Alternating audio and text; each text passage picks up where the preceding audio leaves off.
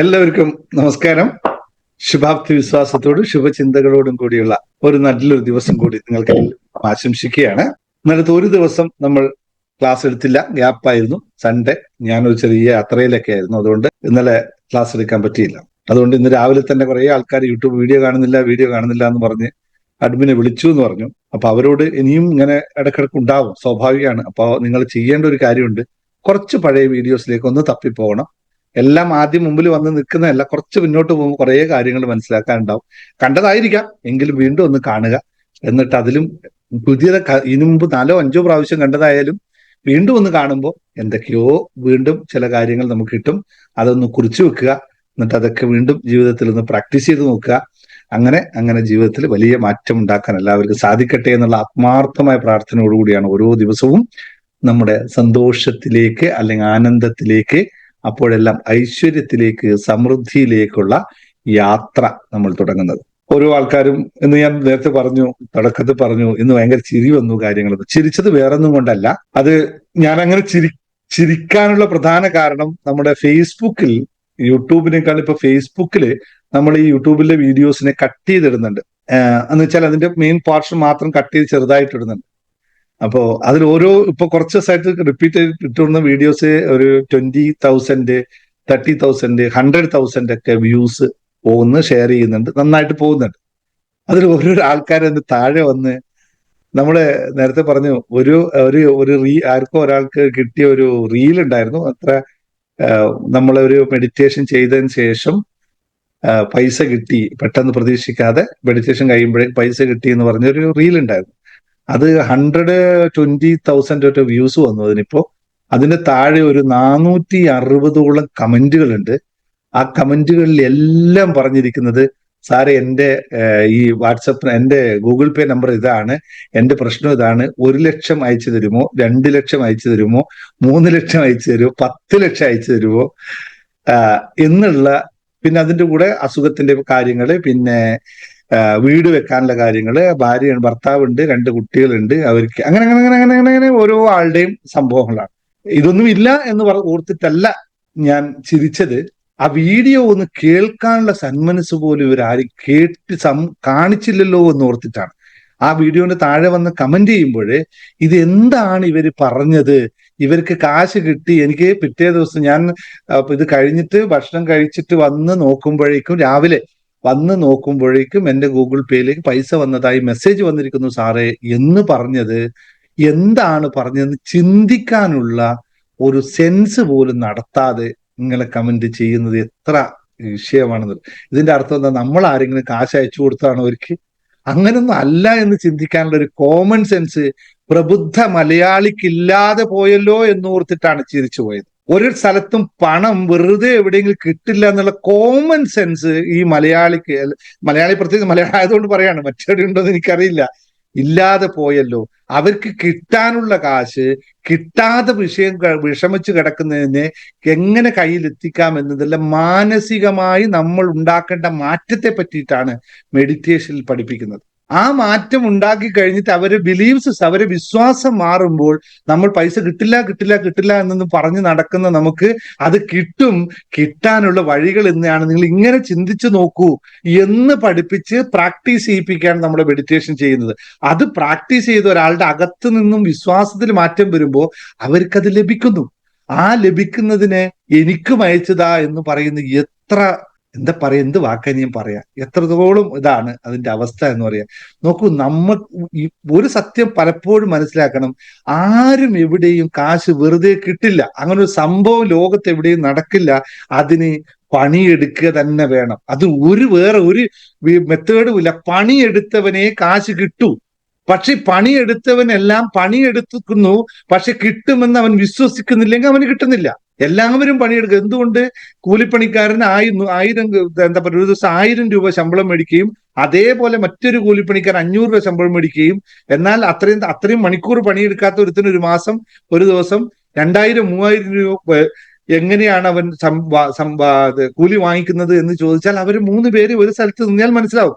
സംസാരിക്കുമ്പോൾ മനസ്സിലാവും 3 പേരുടെ മൈൻഡ് സെറ്റിൽ, 3 പേരുടെ വിശ്വാസത്തിൽ, 3 പേരുടെ ചിന്താഗതിയിലുള്ള വ്യത്യാസമാണ് അവർക്ക് പൈസ കൂടുതലും കുറച്ചും ഉണ്ടാക്കുന്നത്.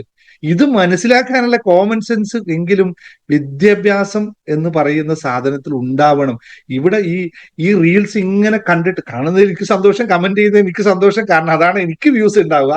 അപ്പൊ നിങ്ങൾ അവിടെ കമന്റ് ചെയ്താലേ എനിക്ക് കാശ് ഉണ്ടാവുള്ളൂ, അത് സത്യമാണ്. അതിൽ യാതൊരു, എന്റെ അടുത്ത് ഒരാൾ കമന്റ് ചെയ്തിരിക്കുന്നു, ഇയാൾ ഇവിടെ പറഞ്ഞു വന്നേക്ക് ഇയാൾക്ക് കാശ് ഉണ്ടാക്കാനല്ലേ. ആണ്, എന്തപ്പോ തർക്കം? അതിൽ ആർക്കപ്പോ വ്യത്യാസമുള്ളത്? നിങ്ങൾ അവിടെ കമന്റ് ചെയ്താൽ, നിങ്ങൾ അവിടെ കണ്ടാലേ എനിക്ക് കാശ് വരുള്ളൂ. പക്ഷെ ഞാനതിൽ ചെയ്യുമ്പോൾ നിങ്ങൾക്ക് ഉപകാരപ്രദമാകുന്ന ഒരു കാര്യം അവിടെ പറയുന്നു എന്നേ ഉള്ളൂ. വേണമെങ്കിൽ നിങ്ങൾ എടുത്തോ, വേണ്ടെങ്കിൽ നിങ്ങൾ തെറി വിളിച്ചോ, എനിക്കതുകൊണ്ട് ഒരു കുഴപ്പമില്ല. പക്ഷെ നിങ്ങളൊന്ന് മനസ്സിലാക്കി ചെയ്താൽ നിങ്ങൾക്ക് ഗുണമാകും. ഇല്ലെങ്കിൽ ഈ കമന്റ് കാണുമ്പോൾ യൂട്യൂബുകാർ എനിക്ക് കാശ് തരും, അത് എനിക്ക് ഗുണമാവും, അത്രയേ ഉള്ളൂ. ഇതൊന്ന് ഒന്ന് ചിന്തിച്ച് മനസ്സിലാക്കുക മാത്രം ചെയ്താൽ മതി. നമ്മൾ വിദ്യാഭ്യാസം ഉണ്ടായത് കൊണ്ട് എന്തെങ്കിലും ആവണമെന്നില്ല. അത് അറിവുണ്ടായിട്ട് കാര്യമില്ല, അത് ഉപയോഗിക്കാൻ പഠിക്കണം. അതാണ് നമ്മുടെ ഏറ്റവും വലിയ പരാജയമെന്ന് ഒന്ന് മനസ്സിലാക്കുക സുഹൃത്തുക്കളെ. നിങ്ങൾ എല്ലാവരെ കൊണ്ടും പറ്റും, ആർക്കും പറ്റാത്തൊരു കാര്യമില്ല. ഞാൻ കഴിഞ്ഞ പ്രാവശ്യം ഞാനൊരു ഉദാഹരണം, ഇതിപ്പോ ക്ലാസ്സിൽ പറയേണ്ടല്ലോ, തുടങ്ങുന്നതിന് മുമ്പ് പറഞ്ഞു പോകുന്ന ഉദാഹരണങ്ങളാണ്. കഴിഞ്ഞ പ്രാവശ്യം ഒരാൾ എനിക്ക്, നമ്മൾ ഈ യൂട്യൂബ് കേട്ടിട്ടാണെന്നറിയില്ല, ഒരാൾ എനിക്ക് എല്ലാ ദിവസവും, ഒരു പെണ്ണുങ്ങള് എല്ലാ സ്ത്രീ ഒരു സഹോദരി എല്ലാ ദിവസവും മെസ്സേജ് അയക്കും, സാറേ വീട്ടിലെ അവസ്ഥ വളരെ കഷ്ടമാണ്, ഭർത്താവിന് കുറേ കടമാണ്, പിന്നെ എനിക്ക് ജോലിയൊന്നുമില്ല, ഞാൻ +2 വരെ ഡിഗ്രി വരെ പഠിച്ചതാണ്, ജോലിക്കൊന്നും പോയില്ല, എന്തെങ്കിലും ഒരു വരുമാനത്തിന് മാർഗം പറഞ്ഞു തരാമെന്ന് കുറേ പ്രാവശ്യം മെസ്സേജ് അയച്ചു. അപ്പൊ എനിക്കൊരു ഒരു ജോലി, ഒരാൾ ഫ്രീലാൻസ് ഒരു ജോലി ഉണ്ടായിരുന്നു. അപ്പൊ അവർക്ക് എവിടെയും പോകാൻ പറ്റില്ല, 2 മക്കളുണ്ട്, അവരെ നോക്കണം, ഭർത്താവിന് നോക്കണം. അപ്പൊ ഞാനൊരു ജോലി ഇങ്ങനെ ഒരാൾ പറഞ്ഞപ്പോൾ പറഞ്ഞു, ഓക്കെ അവർക്ക് വീട്ടിൽ നിന്ന് ചെയ്യാൻ പറ്റുന്ന ഒരു ജോലി കൊടുക്കാം, ഒരു 10,000 രൂപ ശമ്പളം കൊടുക്കാവുന്ന ഫ്രീലാൻസ് ചെയ്യാൻ പറ്റുന്ന ഒരു ജോലി ഉണ്ട്, നമുക്ക് പറ്റുമെങ്കിൽ ചെയ്യാം എന്ന് അയാൾ എന്നോട്, ആ ബിസിനസ്സുകാരൻ എന്നോട് പറഞ്ഞു. അങ്ങനെ അനുസരിച്ച് ഞാൻ അവരോട് പറഞ്ഞു, നിങ്ങൾക്ക് എന്ത് ജോലി അറിയാം? അപ്പൊ പറഞ്ഞു, എനിക്ക് അക്കൗണ്ട്സ് അറിയാം, അങ്ങനെ അറിയാം, ഇങ്ങനെ അറിയാം എന്നൊക്കെ. ഞാൻ പറഞ്ഞു, എന്നാ പിന്നെ ഒരു കാര്യം ചെയ്യും, നിങ്ങളൊരു മൊബൈലുണ്ടോ? മൊബൈലുണ്ട്. ലാപ്ടോപ്പ് ഉണ്ടോ? ലാപ്ടോപ്പ് ഇല്ല. എന്നാൽ മൊബൈൽ ഉണ്ടെങ്കിൽ ഞാനൊരു ജോലി പറഞ്ഞുതരാം. അയാളൊരു ഡാറ്റ എൻട്രി ഉണ്ട്, അപ്പൊ അയച്ചു തരും, നിങ്ങൾ അതിന് എൻട്രി ചെയ്ത് ഒരു ആപ്പ് ഉണ്ട്, ആപ്പിലേക്ക് എൻട്രി ചെയ്ത് റെഡിയാക്കി കൊടുക്കണം എന്ന് പറഞ്ഞു. അപ്പൊ പറഞ്ഞു, ഓക്കെ ശരി, എത്ര? ഞാൻ പറഞ്ഞു, ശമ്പളമൊക്കെ തരും, കുഴപ്പമില്ല, നിങ്ങൾ എടുക്കണം, ഇത്രയും എൻട്രി ചെയ്യാനുണ്ടാവും, അത് ചെയ്ത് അവർക്ക് അപ്ഡേറ്റ് കൊടുക്കണം. എന്നിട്ട് പറഞ്ഞു, കുറച്ച് കഴിഞ്ഞപ്പോൾ, സാറേ ഈ ആപ്പ് പഠിക്കണ്ടേ? ഞാൻ പറഞ്ഞു, അത് പഠിക്കണം, പിന്നെ പഠിക്കാതെ ചെയ്യാൻ പറ്റില്ല. അപ്പൊ ഇംഗ്ലീഷ് ടൈപ്പ് ചെയ്യണ്ടേ? നമ്മൾ ഇംഗ്ലീഷ് ടൈപ്പ് ചെയ്യണം, എങ്കിൽ മാത്രമേ പറ്റൂ. അയ്യോ അതൊന്നും ചെയ്യാൻ പറ്റില്ല കേട്ടോ എന്ന് പറഞ്ഞു. അപ്പൊ ഞാൻ പറഞ്ഞു, അത് പഠിക്കാവുന്നതേ ഉള്ളൂ, ചെറിയൊരു സംഭവമല്ലേ ഉള്ളൂ, ഒന്ന് പഠിക്കും. ഇല്ല സാറേ, അത് പഠിക്കാനൊന്നും ഇനി പറ്റൂല, അതൊന്നും സമയമില്ല, എനിക്ക് പഠിക്കാൻ എനിക്ക് സമയമില്ല സാറേ, പൈസ ഇപ്പൊ വേണം. അപ്പൊ ഞാൻ പറഞ്ഞു, അപ്പൊ എന്നിട്ട് പറഞ്ഞു, പിന്നെ രണ്ടാം ചോദ്യം, സാറേ അഡ്വാൻസ് ആയിട്ട് 2 ലക്ഷം രൂപ അവർ തരുമോ? ഞാൻ പറഞ്ഞു, ജോലിയാണെങ്കിൽ 2 ലക്ഷം രൂപ അഡ്വാൻസ് ആയിട്ട് തരാം. അയ്യോ അല്ലെങ്കിൽ ഒന്നും ഇപ്പൊ പിടിച്ചു നിൽക്കാൻ പറ്റില്ല സാറേ, മൊബൈല് പഴയതാണ്, അതിൽ ചെയ്യാൻ പറ്റില്ല, ഒരു മൊബൈൽ അവർ തരണം. ഞാൻ മൊബൈലൊന്നും തരില്ല, നിങ്ങൾക്ക് ഡാറ്റ എൻട്രി ചെയ്യുകയാണെങ്കിൽ ഒന്നും പഠിക്കാനൊന്നും ഇനി പറ്റില്ല സാർ, അതൊന്നും ഇനി നടക്കുന്ന കാര്യമൊന്നുമല്ല എന്ന് പറഞ്ഞു. അത് അവിടെ ഡ്രോപ്പ് ചെയ്തു. അപ്പോ പറഞ്ഞു വന്ന് ഇത്രയേ ഉള്ളൂ. എന്നിട്ട് രണ്ടാമത് ഞാൻ പറഞ്ഞു, എന്നാ പിന്നെ നിങ്ങൾക്ക് വേറെ എന്തെങ്കിലും ജോലിക്ക് പോയിക്കൂടെ? പഠിക്കാൻ പറ്റാത്ത സാധാരണ നാട്ടിലെ ജോലി കിട്ടുമല്ലോ, പോയിക്കൂടെ? അയ്യോ അതിനൊന്നും ഭർത്താവ് പറഞ്ഞാൽ സമ്മതിക്കില്ല, ഭർത്താവ് ജോലിക്ക് പോകാൻ സമ്മതിക്കില്ല. അപ്പൊ ഭർത്താവിന് എത്ര കടമുണ്ട്? ഭർത്താവിന് കുറച്ചേ കടമുള്ളൂ, ഒരു 2,35,00,000 രൂപയെ കടമുള്ളൂ, വരുമാനം ഒന്നുമില്ല. ഭർത്താവ് ജോലിക്ക് പോകാൻ ഭർത്താവിന് സമ്മതിക്കില്ല. എന്തുകൊണ്ടാ? അഭിമാനം. അതിലേക്ക് പോകുന്നില്ല ഞാനിതൊന്നും പറഞ്ഞു ഇത്രയേ ഉള്ളൂ. പഠിക്കാൻ നമുക്ക് പറ്റില്ല, ഒരു ജോലി ചെയ്യാൻ നമുക്ക് പറ്റില്ല, ഭർത്താവിന് സഹായിക്കണം, പക്ഷെ ഭർത്താവ് അറിയാൻ പാടില്ല. ഇതൊക്കെ എവിടെയുള്ള ലോജിക്കാണ്? ഇത് പോസിബിൾ ആയ കാര്യമാണോ? അല്ല എന്ന് മനസ്സിലായി. അപ്പൊ ആർക്കും സഹായിക്കണം എന്ന് വിചാരിച്ചിട്ട് പോലും കാര്യമില്ല, അതിന് അവരവർ തയ്യാറാവുന്നില്ല എന്നുള്ളതാണ് സത്യം. ഞാൻ ഇവിടെ പറയേണ്ട കാര്യമില്ല, നിങ്ങൾ എന്റെ ക്ലാസ്സിലിരിക്കുന്ന നിങ്ങൾക്ക് ഒരുപാട് മാറ്റമുള്ളവരാണ്. ഇന്നത്തെ ഈ ക്ലാസ് യഥാർത്ഥത്തിൽ നിങ്ങൾക്കുള്ളതേ അല്ല. പക്ഷെ ഞാൻ നിങ്ങൾക്ക് എന്റെ നമ്മളിവിടെ സ്ഥിരം ക്ലാസ് എടുക്കുന്നവർക്ക് വേണ്ടിയിട്ടേ അല്ല ഇന്നത്തെ ക്ലാസ് എടുക്കുന്നത്. കാരണം നിങ്ങൾ അതിൽ നിന്ന് ബഹുദൂരം മുന്നോട്ട് വന്നിട്ടുണ്ട് എന്നുള്ള വിശ്വാസത്തിലാണ് ഇന്ന് ക്ലാസ് എടുക്കാൻ വന്നത്. നമുക്ക് അഡ്മിൻ പ്രസീത ഇത് നമുക്ക് ടോപ്പിക് എടുക്കാമെന്ന് പറയുമ്പോൾ ഞാൻ പറഞ്ഞു, വേണ്ട, നമ്മുടെ ക്ലാസ്സിൽ ഇപ്പൊ അതിനെപ്പറ്റി സംസാരിക്കേണ്ട ആൾക്കാരില്ല, പക്ഷെ യൂട്യൂബിൽ ഒരുപാട് ആൾക്കാരുണ്ട്, അവർക്ക് വേണ്ടി ക്ലാസ് എടുക്കാം എന്ന് ഞാൻ സത്യസന്ധമായി വിചാരിച്ച് വരികയും ഇവിടെ വന്നപ്പോ അതേ കമന്റ് എനിക്ക് കിട്ടി. കടബാധ്യത ഒന്ന് തീർന്നു കിട്ടിയാൽ രക്ഷപ്പെടാമായിരുന്നു സാറേ എന്ന് പറഞ്ഞ് കൃത്യമായി കമന്റ് വന്നു. അപ്പോൾ ഞാൻ എന്റെ തന്നെ പണ്ടൊക്കെ ആണെങ്കിൽ ഇങ്ങനെ തല്ലേണ്ടി വരും. എന്താണ് ഇത്ര കാലം ഞാൻ ഇവിടെ പഠിപ്പിച്ചത്? എന്തിനെ പറ്റിയിട്ടാണ് ഞാൻ ഈ വൈകുന്നേരം വന്നിട്ട് വായിട്ട് അലച്ചത്? എന്തെങ്കിലും ഒരു മാറ്റം ഇയാൾ ഇപ്പൊ കമന്റ് ചെയ്ത ആൾ എത്ര ദിവസമായി ഈ ക്ലാസ്സിൽ ഇരിക്കുന്നു? എന്തിനിരിക്കുന്നു? ഇതേ സംഭവം. പക്ഷെ അപ്പൊ എനിക്ക് തോന്നി, ഇല്ല, ഞാനിപ്പോ ഈ പറയുന്നതൊന്നും വലിയ എഫക്റ്റ് ആവുന്നില്ല എന്നുള്ള സത്യം എനിക്ക് മനസ്സിലായി. ഞാൻ ഈ ക്ലാസ്സിൽ പങ്കെടുക്കുന്ന ഒരാൾക്കും ഈ ഒരു സംഭവത്തെ പറ്റി പറഞ്ഞു കൊടുക്കേണ്ട ആവശ്യമില്ല. ഇതെല്ലാവർക്കും മനസ്സിലായതാണ്. കടബാധ്യതയിൽ നിന്നും പുറത്തു കടക്കണം എന്താണെന്ന് ഏകദേശം 90% ക്ലാസ്സുകളിലടക്കം ഒരു തരത്തില് മറ്റൊരു തരത്തിൽ പറഞ്ഞുകൊണ്ടേയിരിക്കുക. അത് കുറെ കഴിഞ്ഞു. ആദ്യമൊക്കെ നല്ലോണം പറഞ്ഞിരുന്നു. പിന്നെ എനിക്ക് മനസ്സിലായി നമ്മുടെ ക്ലാസ്സിലുള്ളവരൊക്കെ ഓൾമോസ്റ്റ് ആൾക്കാർ അതിൽ നിന്ന് പുറത്ത് കടന്നു. അവർക്ക് ആ തോട്ടിൽ നിന്നും ഒരു സന്തോഷത്തിന്റെ അവസ്ഥയിലേക്ക് കുറെ ആൾക്കാർ കടന്നു വന്നപ്പോൾ ഞാൻ പിന്നെ പതുക്കെ കുറച്ചു പറയുന്നത് എന്റെ ആവശ്യം ഇവിടെ ഇല്ല. പക്ഷെ ഇന്ന് ഞാൻ ഒരിക്കലും ഇങ്ങനെ പറയേയില്ല എന്ന് വിചാരിച്ച അതേ കമന്റ് ഇവിടെ വന്നു അല്ലേ? എന്തായാലും സന്തോഷം. ഒന്നുകൂടി പറയാനുള്ള സാഹചര്യം നിങ്ങൾ ഒരുക്കി തന്നു. ഞാൻ പറയാം, എത്ര വർഷം വേണേലും പറയാം, ഒരു വിഷയമില്ല. കാരണം ഇതിൽ നിന്ന് നിങ്ങൾ പുറത്ത് കടക്കണമെങ്കിൽ കടക്കാത്തടത്തോളം കാലം, മാനസികമായി നിങ്ങൾ അതിൽ നിന്ന് പുറത്ത് കടക്കാത്തടത്തോളം കാലം ഒരു കാര്യം ഇതില്ല. അപ്പൊ അതുകൊണ്ട് ഞാൻ പറഞ്ഞുകൊണ്ടേയിരിക്കും. അതിനൊന്നും ഞാൻ പൈസ മേടിക്കില്ല. ഒരു പെയ്ഡ് ക്ലാസ്സിലും ഈ ടെക്നിക്ക് പഠിപ്പിക്കുന്നുമില്ല. എന്തുകൊണ്ടാണെന്നറിയോ? കടക്കണിയിൽ നിന്ന് പുറത്തിറങ്ങാനായിട്ട് പൈസ തന്നിട്ട് പഠിപ്പിക്കേണ്ട ഒരു ടെക്നിക്കും എൻ്റെ ഇല്ല. അതുകൊണ്ട് ഒരു പെയ്ഡ് ക്ലാസ്സിലും ഈ സബ്ജക്റ്റിനെ പറ്റി നിങ്ങൾ നോക്കിയാൽ മതി. ഏതെങ്കിലും ഒരു പെയ്ഡ് ക്ലാസ്സിൽ ഇതിനെ പറ്റിയിട്ട് ഒരു പരാമർശം ഉണ്ടെങ്കിൽ നിങ്ങൾ പറഞ്ഞോ, പൈസ കൊടുത്തിട്ട് കടക്കടിയിൽ നിന്ന് പുറത്തു വരേണ്ട ആവശ്യകത വേണ്ടി വന്നു എന്ന് പറഞ്ഞു. അങ്ങനെ ഒരു ക്ലാസ്സിലും പെയ്ഡ് ക്ലാസ്സിനെ പറ്റി പറഞ്ഞു. കാരണം അതിന്റെ ആവശ്യമില്ല. കടം ഒരിക്കലും, ഇപ്പൊ ഒരാൾ പറഞ്ഞു, വിജയരാജൻ പറഞ്ഞു, കടം ഒരു കെണിയാണ്. കടം ഒരു കെണിയല്ല എന്ന് ഈ ക്ലാസ് കഴിയുമ്പോൾ നിങ്ങൾക്ക് മനസ്സിലാവും. അത് മനസ്സിലാക്കിയാൽ മാത്രമേ നിങ്ങൾക്ക് അതിൽ നിന്ന് പുറത്തു കടക്കാൻ പറ്റുള്ളൂ. അല്ലെങ്കിൽ ഇപ്പോൾ ചെയ്യുന്ന എന്താ അറിയോ? ഒരു വല എടുത്തിട്ട് നമ്മൾ ആ വലക്കകത്ത് കയറിയിട്ട് എന്നിട്ട് നമ്മൾ അകത്തു നിന്ന് കെട്ടിവെക്കും. എന്നിട്ട് പറയും, അയ്യോ ഞാൻ വലക്കകത്ത് പെട്ടുപോയല്ലോ എന്ന് പറയുന്ന അവസ്ഥയാണ് നമുക്ക് എല്ലാവർക്കും ഉള്ളത്. സ്വന്തം വല, അല്ലെങ്കിൽ പണ്ടാര് പറഞ്ഞു, ചാക്കിനകത്ത് കയറി നിന്നിട്ട് അകത്തുനിന്ന് മൂട് കെട്ടി എന്നിട്ട് വഴിയോ പുറത്തിറങ്ങാൻ വഴിയില്ലല്ലോ എന്ന് പറയുന്ന അവസ്ഥ പാടില്ല. കടം ഒരിക്കലും ഒരു കെണിയല്ല. കടം വളരെ നല്ലൊരു കാര്യമാണ്. അതിനെ ഉപയോഗിക്കാൻ അറിയാത്തതാണ് കെണി എന്ന് മനസ്സിലാക്കിക്കൊണ്ട് നമുക്ക് ക്ലാസ്സിലേക്ക് കിടക്കാം. ഓക്കെ, ആർക്കും ഹാപ്പി ന്യൂസ് പറയാനുള്ള ഒരു സംസാരിച്ചിട്ട് ഇതൊന്ന് റിലാക്സ് ചെയ്തിട്ട് നമുക്ക് പോകാം. കുറച്ച് സത്യം പറഞ്ഞതേ ഉള്ളൂ, പറയാതിരിക്കാൻ പറ്റില്ലല്ലോ അല്ലെ? എപ്പോഴും സത്യങ്ങൾ ചില സമയത്ത് പറഞ്ഞു തന്നെ വേണം. സത്യങ്ങൾ പറഞ്ഞു തന്നെ പോകണം. കള്ളം പറയാതെയും ഇരിക്കണം. രണ്ട് കാര്യങ്ങളാണ്. സത്യം പറഞ്ഞുകൊണ്ടും കള്ളം പറയാതെയും ഇരിക്കുമ്പോഴാണ് ജീവിതം ഇങ്ങനെ പുഞ്ചിരിച്ചുകൊണ്ട് മുന്നോട്ട് പോകാൻ സാധിക്കുന്നത്. അത് ആവശ്യമുള്ളവർ കേൾക്കുക, ആവശ്യമില്ലാത്തവർക്ക് ഇതിലേക്ക് കേട്ടതിലൂടെ 2 ചെവി തന്നിട്ടുണ്ടല്ലേ? ഓക്കെ, അപ്പൊ സന്തോഷപൂർവ്വം നമുക്ക് ആർക്കാണ് ഹാപ്പി ന്യൂസ് പറയാനുള്ളത് ഇതൊക്കെ പറഞ്ഞോളൂ. അൺമ്യൂട്ട് ചെയ്തോളൂ. Relax and tell me. ഞാനൊന്ന് പറയട്ടെ. യെസ്, ശാന്തമയാണ്. പറഞ്ഞോ, ശാന്തം പറഞ്ഞോ. ഇന്നലെ എന്റെ ഹസ്ബൻഡിന് ഫുഡ് ആൻഡ് സേഫ്റ്റിയുടെ ഒരു ടെസ്റ്റ് ഉണ്ടായിരുന്നു, ബ്ലഡ് ടെസ്റ്റ്. അതിൽ മെയിൻ ആയിട്ട് നോക്കുന്നത് ജോണ്ടിസ് ആയിരുന്നു. അപ്പം മ്യൂട്ടായി ശാന്തമ്മ, ഒരു മിനിറ്റ് ഒന്നുകൂടി എടുത്തേ. ഒന്നുകൂടി. ശരി സാറേ, കേൾക്കുന്നുണ്ടോ സാറേ? കേൾക്കുന്നുണ്ട്. സാറേ, ഇന്നലെ എന്റെ ഹസ്ബൻഡിന് വർക്ക് ചെയ്യുന്നിടത്തുനിന്ന് ഫുഡ് ആൻഡ് സേഫ്റ്റിയുടെ ഒരു ബ്ലഡ് ടെസ്റ്റ് ചെയ്യാനുണ്ടായിരുന്നു. അത് ചെയ്തത് ജോണ്ടിസിന്റെ ടെസ്റ്റ് ആയിരുന്നു.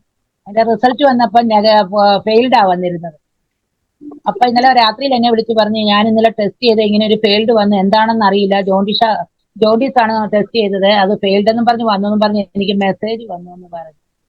ഞാൻ പറഞ്ഞു, ഒന്നും പേടിക്കണ്ട, പപ്പായ ഉണ്ട്, കുറച്ചെടുത്ത് പഴുത്ത പപ്പായ ഉണ്ടെങ്കിൽ കഴിക്കും, വാങ്ങി ഫ്രൂട്ട്സ് കഴിക്കുക, ഇന്നും കഴിക്കുക, നാളെയും കഴിക്കുക, എന്നിട്ട് അഫ്രിമേഷൻ എഴുത പറയുന്നും പറഞ്ഞിട്ട് IR5 ദി സിറ്റുവേഷന്റെ അഫ്രിമേഷൻ ഞാൻ അയച്ചു കൊടുത്തു. അത് പറഞ്ഞോണ്ടേ ഇരിക്കാൻ പറഞ്ഞു. പിന്നെ ഞാൻ വീട്ടിൽ ഇന്നലെ രാത്രിയിൽ ഒരു 108 പ്രാവശ്യം രാത്രിയിൽ എഴുതി, എന്റെ ഭർത്താവ് പൂർണ്ണ ആരോഗ്യവാനാണ്, എന്റെ ഭർത്താവ് പൂർണ്ണ ആരോഗ്യവാനാണെന്ന് പറഞ്ഞിട്ട് ഓരോ പ്രാവശ്യം എഴുതുമ്പോഴും നന്ദി എഴുതിയതിൽ 108 പ്രാവശ്യം എഴുതി. ഇരുന്ന് വൈകുന്നേരം വരെ ഇരുന്ന് 1008 പ്രാവശ്യം എഴുതി. IR5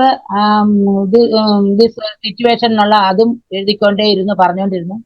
ഇന്നത്തെ റിസൾട്ട് വന്നപ്പോ നോർമലായിട്ട് വന്നു സാറേ. എന്താ ഭയങ്കര ഒരു സന്തോഷം.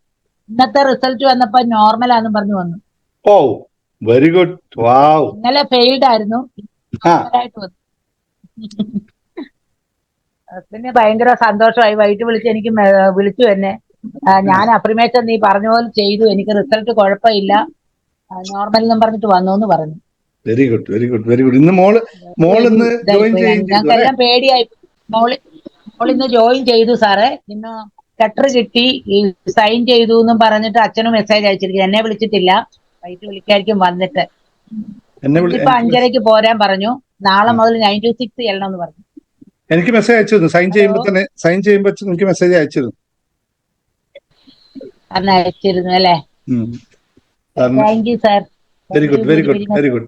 എത്ര നന്ദി പറഞ്ഞാലും സാറിനോട് എനിക്ക് നന്ദി പറഞ്ഞോണ്ടേ ഇരിക്കാം ഏതു നേരവും. ഞാൻ സാറ് ഡെയിലാണെങ്കിലും സാറിനോടുള്ള നന്ദി പറഞ്ഞുകൊണ്ടേ ഇരിക്കാം ഓരോന്നും എഴുതുമ്പോ. ഇങ്ങനെയുള്ള അനുഭവങ്ങൾ വരുമ്പോ പെട്ടെന്ന് റിസൾട്ട് കിട്ടുമ്പോ നമുക്ക് ദൈവത്തെ വിളിച്ചാൽ പോലും ഇത്രയും വലിയ പെട്ടെന്ന് റിസൾട്ട് കിട്ടില്ല സാറേ. സത്യം പറയുന്നത് വല്ലാത്ത ഒരു ശക്തിയാണ്. ദൈവത്തിൽ തന്നെയാണ് അതിനൊപ്പം അഫർമേഷന് ഭയങ്കര ശക്തിയാ. അഫർമേഷന് ഭയങ്കര ശക്തിയാ. ദൈവം നേരിട്ട് ചിലപ്പോ ദൈവത്തെ വിളിക്കുന്നുണ്ടായിരിക്കും ഭഗവാൻ നമുക്ക് അത്ര നിമിത്തങ്ങളിലൂടെയല്ലേ വരിക. സന്തോഷം. ഹസ്ബൻഡ് അത് പറഞ്ഞപ്പോ എനിക്കൊരു പേടിയായി, ഇനി ജോലി വല്ല പ്രശ്നമാകുമോ. എന്താണ്? Okay, thank you sir. സാറേ ഞാൻ പറയാൻ പോവാണ്. ഒരു മിനിറ്റ്. ശാന്തമ്മ ലാസ്റ്റ് പറഞ്ഞെന്താണ്? ജോലി താങ്ക് യു പറഞ്ഞത് അല്ലല്ല, താങ്ക് യു പറഞ്ഞത് ജോലി അല്ല. ജോലിയിൽ എന്തെങ്കിലും ബുദ്ധിമുട്ടാവുമോ എന്നൊരു പേടിയുണ്ടായിരുന്നു. Food and സേഫ്റ്റിയിലല്ലേ? അങ്ങനെ പറഞ്ഞപ്പോ ജോണ്ടിസിന്റെ റിസൾട്ട് ഒരു പേടിയുണ്ടായിരുന്നു. അതെ അതെ, കണ്ണൻ ചേട്ടന്റെ കാര്യത്തിൽ നിങ്ങൾ ഒരു ടെൻഷൻ അടിക്കണ്ട. അതെ അതെ. ഞാൻ പറഞ്ഞോട്ടെ, ഒരു കാര്യം പറയാണ്ട് പറഞ്ഞോട്ടെ. ഒരാൾ ഞാൻ പറയാൻ പോവാ. ഞാൻ ആദ്യം പറയാൻ തുടങ്ങിയതായിരുന്നു. പറഞ്ഞു. ഞാൻ ആദ്യമേ പിന്നെ ഈ സാറിന്റെ ക്ലാസ്സിൽ കൂടിയ അതിന്റെ പിറ്റേ ദിവസം ആദ്യമായിട്ട് ഇപ്പൊ ഒരു 6 മാസമായി കാണുമായിരിക്കും. അന്നേരം ഞാൻ സാറിനോട് പറഞ്ഞായിരുന്നു, ആരോ ഒരാൾ പറഞ്ഞു അവർക്ക് കാലിന്റെ മുട്ടിന് വേദനയാണ്, അത് മാറിക്കോളും, നിങ്ങൾ അങ്ങനെ ഓർക്കാതിരുന്നാൽ മതി എന്നൊക്കെ സാറ് പറഞ്ഞപ്പോ പെട്ടെന്ന് ഞാൻ പറഞ്ഞു, സാറേ എനിക്കും ഉണ്ടെന്ന്. എന്റെ കയ്യിലെ ഇവിടെ ഒരു ഓപ്പറേഷൻ പറഞ്ഞിട്ടുണ്ടെന്ന് ഞാൻ പറഞ്ഞായിരുന്നു. അതായത് ഒരു പാട എങ്ങാണ്ട് വരുന്നതാണ്. ആ പാടയ്ക്ക് ഓപ്പറേഷൻ പറഞ്ഞിട്ടുണ്ട്. എനിക്ക് പേടിയ ഓപ്പറേഷൻ ചെയ്യിക്കാണെന്ന് ഞാൻ പറഞ്ഞായിരുന്നു. ഞാൻ ചെയ്യുകയല്ല, ഭയങ്കര പേടിയായിരുന്നു. അതിപ്പോ ഒരു 6 മാസമായിട്ട് അത് ഉണ്ടായത്. ഭയങ്കര സഹിക്കാൻ പറ്റാത്ത വേദനയായിരുന്നു. അത് കൈയുടെ ഇവിടെ, ഈ കുഴയുടെ ഇവിടെയായിരുന്നു. അപ്പൊ ഇപ്പം അതിന്റെ ഈ മെഡിറ്റേഷൻ, ഈ രാവിലത്തെ മെഡിറ്റേഷനിലൂടെ ചെയ്തപ്പോ ഒരു 10-12 ദിവസമായിട്ട് അത് ഒട്ടുമില്ല, അത് മൊത്തം മാറി. അതാ എനിക്ക് എല്ലാം എടുക്കാം, എന്റെ കൈ കൊണ്ട് ഒരു കുഴപ്പവും ഇല്ലാതെയായി. ഞാനിങ്ങനെ അഫർമേഷനും പറയുമായിരുന്നു. ആ മെഡിറ്റേഷനിലൂടെ സാറ് പറയുമ്പോഴെല്ലാം ഞാനിങ്ങനെ ശ്വാസം ഇങ്ങനെ വന്നിട്ട് അത് എന്റെ കയ്യിലേക്ക് വന്നേച്ചാ തട്ടി മാറ്റി അങ്ങ് പോകുന്നതായിട്ടാണ് ഞാൻ കണ്ടോണ്ടിരുന്നത്. അത് കറക്റ്റ് ആയിട്ട് എന്റെ കൈ ഒരു കുഴപ്പവും ഇപ്പൊ ഇല്ല. അതായത് ഒരു സാധനം എടുക്കുമ്പോൾ എന്ന് പറഞ്ഞാൽ കാറുമായിരുന്നു, കയ്യിൽ നിന്ന് താഴോട്ട് അങ്ങ് പോകും. അതായത് ഈ കുഴയുടെ ഇവിടെയാ. അപ്പൊ ഓപ്പറേഷൻ ചെയ്യണമെന്ന് പറഞ്ഞുകൊണ്ട് എനിക്ക് ആ ഓപ്പറേഷന്റെ കാര്യം ഒന്നും ബോധം കിടന്നതെന്ന് തോന്നുന്നു. അത്രയ്ക്ക് പേടിയായിരുന്നു എനിക്ക്. ഏതായാലും ദൈവം അത് എടുത്തു മാറ്റിക്കളഞ്ഞു. ആ അഫർമേഷനിലൂടെ എന്റെ ആ മെഡിറ്റേഷനിലൂടെ തന്നെ അത് പല പ്രാവശ്യം പറയണമെന്ന് ഞാൻ ഓർത്താണ്. പക്ഷെ എനിക്ക് അന്നൊന്നും സമയം കിട്ടില്ല. കാരണം എല്ലാരും ഇങ്ങനെ പറഞ്ഞുകൊണ്ടിരിക്കുന്നത് കൊണ്ട്, സമയപരിധി കുറവ് കൊണ്ടും എനിക്ക് പറയാൻ പറ്റിയില്ല. ഒത്തിരി നന്ദിയുണ്ട്. എനിക്ക് ഒരു കുഴപ്പവും ഉണ്ടായിണ്ടോ? ഒരു കുഴപ്പമില്ല. എന്ത് വേണേലും എടുക്കാം, എത്ര കട്ടിയുള്ളത് വേണമെങ്കിലും എടുക്കാം. കത്രിക വരെ പിടിച്ചു നോക്കി ചുമ്മാ ഞാൻ. ഒരു കുഴപ്പവും ഇല്ല. ഒത്തിരി നന്ദി. Thank you. Very good. അത് പറഞ്ഞപ്പോഴാണ് ഒരു കാര്യം ഇന്ന് വീണ്ടും ഫേസ്ബുക്കിന് താഴെ വന്ന ഒരു കമന്റ് കൂടി ഒന്ന് പരാമർശിച്ചു പോകണം. മെഡിറ്റേഷനെ പറ്റി തന്നെയാണ്. ഇത് വളരെ രസമുള്ള കാര്യമാണ്. ഇനി പറഞ്ഞതും ആ ഒരു കമന്റും അയാള് താഴെ കമന്റ് ചെയ്തിരുന്നു. മുട്ടുകാല് നിലത്ത് കുത്താൻ പഠിക്കടോ, എന്നിട്ട് മതി മെഡിറ്റേഷൻ കൊണ്ടുള്ള തള്ളു എന്ന്. അപ്പൊ ഞാനിത് എത്ര ആലോചിച്ചിട്ട് എനിക്ക് മനസ്സിലായില്ല. മെഡിറ്റേഷൻ കൊണ്ടുള്ള വേറെ ഏതോ ക്ലാസ് ആണ്. എന്നിട്ട് പുള്ളി താഴെ കമന്റ് ചെയ്തിരിക്കുന്നത് മുട്ടുകാല് നിലത്ത് കുത്താൻ നോക്കടോ, അത് കഴിഞ്ഞിട്ട് മതി തള്ളു എന്ന്. അപ്പൊ ഞാനിരുന്ന് ആലോചിച്ചു, മെഡിറ്റേഷനും മുട്ടുകാലും തമ്മിൽ എന്താണ് ബന്ധമെന്ന് എനിക്ക് ഒരു പിടി കിട്ടി. എന്താണ് ഈ മുട്ടുകാലും മെഡിറ്റേഷനും? അപ്പൊ എനിക്ക് തോന്നിയത് പുള്ളി ഉദ്ദേശിക്കുന്നത് ചിലപ്പോൾ മെഡിറ്റേഷൻ എന്ന് പറഞ്ഞ മുട്ടുകാലിൽ നിൽക്കലായിരിക്കാം എന്നൊരു തോന്നലാണ് എനിക്ക് തോന്നിയത്. അപ്പൊ ഓരോരാളുടെ ഓരോ ധാരണകളെ, ഈ മെഡിറ്റേഷൻ എന്ന് പറയുമ്പോൾ കുത്തി നിൽക്കുന്നതാണോ മറ്റേ കാലിൽ നിൽക്കുന്നത് ഒന്നും അറിയാതെ വെറുതെ കയറി എവിടെയെങ്കിലൊക്കെ പോകും. അപ്പൊ ഞാൻ തിരിച്ചയാളോട് ഇത്രയും കാര്യം പറഞ്ഞു, നിങ്ങൾക്ക് മുട്ടുകാലിൽ നിൽക്കുന്നെങ്കിൽ നിന്നോളൂ, അതിന് ആർക്കും തടസ്സമില്ല, പിന്നെ തള്ളാൻ ആരെങ്കിലും ഒരാളെ കൂടെ കൂട്ടിക്കോളൂ, എന്നാൽ പിന്നെ കുഴപ്പമില്ലല്ലോ എന്ന് പറഞ്ഞു. കാരണം മുട്ടുകാലിൽ നിൽക്കുമ്പോൾ തള്ളേണ്ടി വരും എന്തായാലും, പിന്നെ പോക്കുണ്ടാവില്ലല്ലോ. ഒരു രസ എന്താന്ന് വെച്ചാല് നമുക്ക് കുറെ അബദ്ധ ധാരണകളാണ് നമുക്കുള്ളത്. മെഡിറ്റേഷൻ ആകെ ചെയ്യാമെന്നത് എന്താ സന്യാസിമാർക്ക് മാത്രമേ പറ്റുള്ളൂ, അല്ലെങ്കിൽ അങ്ങനെയാണ് ഇതൊക്കെ മനസ്സിലാക്കി വെച്ചത്. ഇത് അങ്ങനെയുള്ള സംഭവമൊന്നുമല്ല. നമ്മുടെ ബ്രീത്തിങ്ങിനെ ശരിക്കും നമ്മൾ അറിഞ്ഞാൽ തന്നെ നമ്മുടെ 90% പ്രശ്നങ്ങളും തീരുമെന്നേ. അത്രയും നമുക്കൊക്കെ സാധാരണക്കാരായ നമുക്കുള്ളൂ, അതിന് മുകളിലുള്ളവർക്ക് ഉണ്ടാവും കേട്ടോ. നമ്മൾ സാധാരണക്കാരെ സംബന്ധിച്ച് നമ്മളൊരു ബ്രീത്തിങ് അകത്തോട്ട് കൊണ്ടുപോയിട്ട് അവിടെ നമുക്കൊരു വേദനയുള്ള സ്ഥലത്ത് ശ്രദ്ധിക്കുമ്പോൾ എനിക്കുണ്ടായ കാലുവേദന മാറുന്നത് എങ്ങനെയാണ്? മറ്റൊന്നുമല്ല, അവിടത്തേക്കുള്ള രക്തപ്രവാഹം ശരിക്കും നടക്കുന്നു, അവിടെ വേണ്ട നമ്മുടെ ശരീരത്തിന് ആവശ്യമായ ഘടകങ്ങൾ സഞ്ചരിക്കാൻ തുടങ്ങുന്നു. അപ്പൊ അവിടുത്തെ വേദന മാറുന്നു. ഈ വേദന ഉണ്ടാകുന്നത് എന്തുകൊണ്ടാ? നീർക്കെട്ട് കൊണ്ടാണ്. നീർക്കെട്ട് എങ്ങനെയാണ് ഉണ്ടാകുന്നത്? അവിടെ മൂവ്മെന്റ്സ് ഇല്ലാതിരിക്കുമ്പോൾ നീർക്കെട്ട് ഉണ്ടാകുന്നു. ആ നീർക്കെട്ട് ഇൻഫ്ലമേറ്ററി, അത് മാറ്റുന്നെങ്കിൽ നമുക്ക് മനസ്സുകൊണ്ട് ചെയ്യാവുന്നതേ ഉള്ളൂ. അല്ലെങ്കിൽ കൈ ഇങ്ങനെ ഞെക്കിപ്പിടിച്ച് ചെയ്യുന്നതും മനസ്സുകൊണ്ട് ചെയ്യുന്നതും രണ്ടും പോസിബിൾ ആണ്. ഇത് അറിയാത്തവനോട് പറഞ്ഞിട്ട് കാര്യമില്ല, അനുഭവമാണ് ഗുരു എന്ന് പറയുന്നതാണ്. വളരെ സന്തോഷം. ഒരുപാട് ആൾക്കാർക്ക് ഇത് ഒരുപാട് ഇങ്ങനെയുള്ള കാര്യങ്ങൾ ചെയ്യാറില്ല. എനിക്ക് മുട്ട് വേദനിക്കുമ്പോഴൊക്കെ ഞാൻ ഇരുന്ന് ചെയ്യും, ഇങ്ങനെ മനസ്സുകൊണ്ട് ചെയ്യും. നമുക്ക് ഒരുപാട് മാറ്റം ഉണ്ടായിട്ട് സന്തോഷം. നീ പറഞ്ഞ വളരെ സന്തോഷം. അടുത്ത ആരുണ്ടായത്? ഞാനൊന്ന് പറയട്ടെ. പത്മിനി പറഞ്ഞു. പത്മിനി സാറേ, എന്നോട് സാറ് പറഞ്ഞായിരുന്നു എന്റെ മരുമോൻ എന്റെ അടുത്ത് വരുമെന്ന്. അപ്പൊ 12-ാം തീയതി വൈകുന്നേരം വന്നു. 12-ാം തീയതി, ഈ മാസം 12-ാം തീയതി വന്നു. ഒന്ന് അവിടെ വീട്ടിൽ നിന്നിട്ട് പിറ്റേ ദിവസം രാവിലെ പോയി. സന്തോഷായി. ഇപ്പൊ ഒന്നും കുഴപ്പമില്ല. കൊച്ചി പ്രോഗ്രാം ഇപ്പൊ കുഴപ്പമില്ല. നന്ദിയുണ്ട്, ഒരുപാട് നന്ദി. കൊച്ചി പ്രോഗ്രാമിന് വന്നപ്പോ സാർ എന്നോട് പറഞ്ഞു. അപ്പം മുതൽ ഞാൻ അപ്രിമേഷൻ എഴുതണ്ടായിരുന്നു, കുറച്ച് എഴുതി. പിന്നെ ഞാൻ അത് ഒരുവിധ വിളിയൊക്കെ തുടങ്ങി കഴിഞ്ഞപ്പോ ഞാൻ നിർത്തിയായിരുന്നു. പിന്നെ വന്നു സന്തോഷായിട്ട് പോയി. Thank you sir, thank you. നിങ്ങൾ അന്ന് കൊച്ചിയിൽ എന്നോട് പറഞ്ഞത് എനിക്ക് നല്ല ഓർമ്മയുണ്ട്. അന്ന് എനിക്ക് ഒരു വിവരം ഇല്ലാത്ത രീതിയിലായിരുന്നു ഞാൻ വന്നത്, മനസ്സിന്റെ വിഷമം കൊണ്ട്. അന്ന് എന്തൊക്കെയായിരുന്നല്ലേ, എന്തൊക്കെ പറയാൻ ശ്രമിച്ചു, എന്തൊക്കെയാ നിങ്ങൾക്ക് ഉള്ള വിഷയങ്ങൾ. പക്ഷെ അവസാനം നോക്കുമ്പോൾ എല്ലാം ലളിതമാണ്, എല്ലാം നമുക്ക് സൊല്യൂഷൻ കണ്ടെത്താവുന്നേ ഉള്ളൂ. ഇനി അതുപോലെ ഇന്നിപ്പോ എനിക്ക് കൊച്ചി പ്രോഗ്രാമിൽ വന്ന ഒരാളുടെ വിഷയം കൂടി ബാക്കിയുണ്ട്. ഇന്നാണ് എനിക്ക് അവർ കുറെ ദിവസം മെസ്സേജ്, ഞാൻ അവർ ചിന്തിക്കാറുണ്ട്, അവരുടെ മകന്റെയും മരുമകളുടെയും കാര്യത്തിൽ പറ്റി പറഞ്ഞ കാര്യം. അവരില്ലല്ലോ ഈ ക്ലാസ്സിലല്ലേ? ഒരു കൂട്ടം ശരിയായി വരണുള്ളൂ. മോന്റെ കാര്യം പറഞ്ഞു, അത് ഒരു കൂട്ടം ശരിയായിട്ടുണ്ട്, കല്യാണം ശരിയായിട്ടില്ല. അത് ഞാൻ അവരോട് സംസാരിച്ചാണല്ലോ.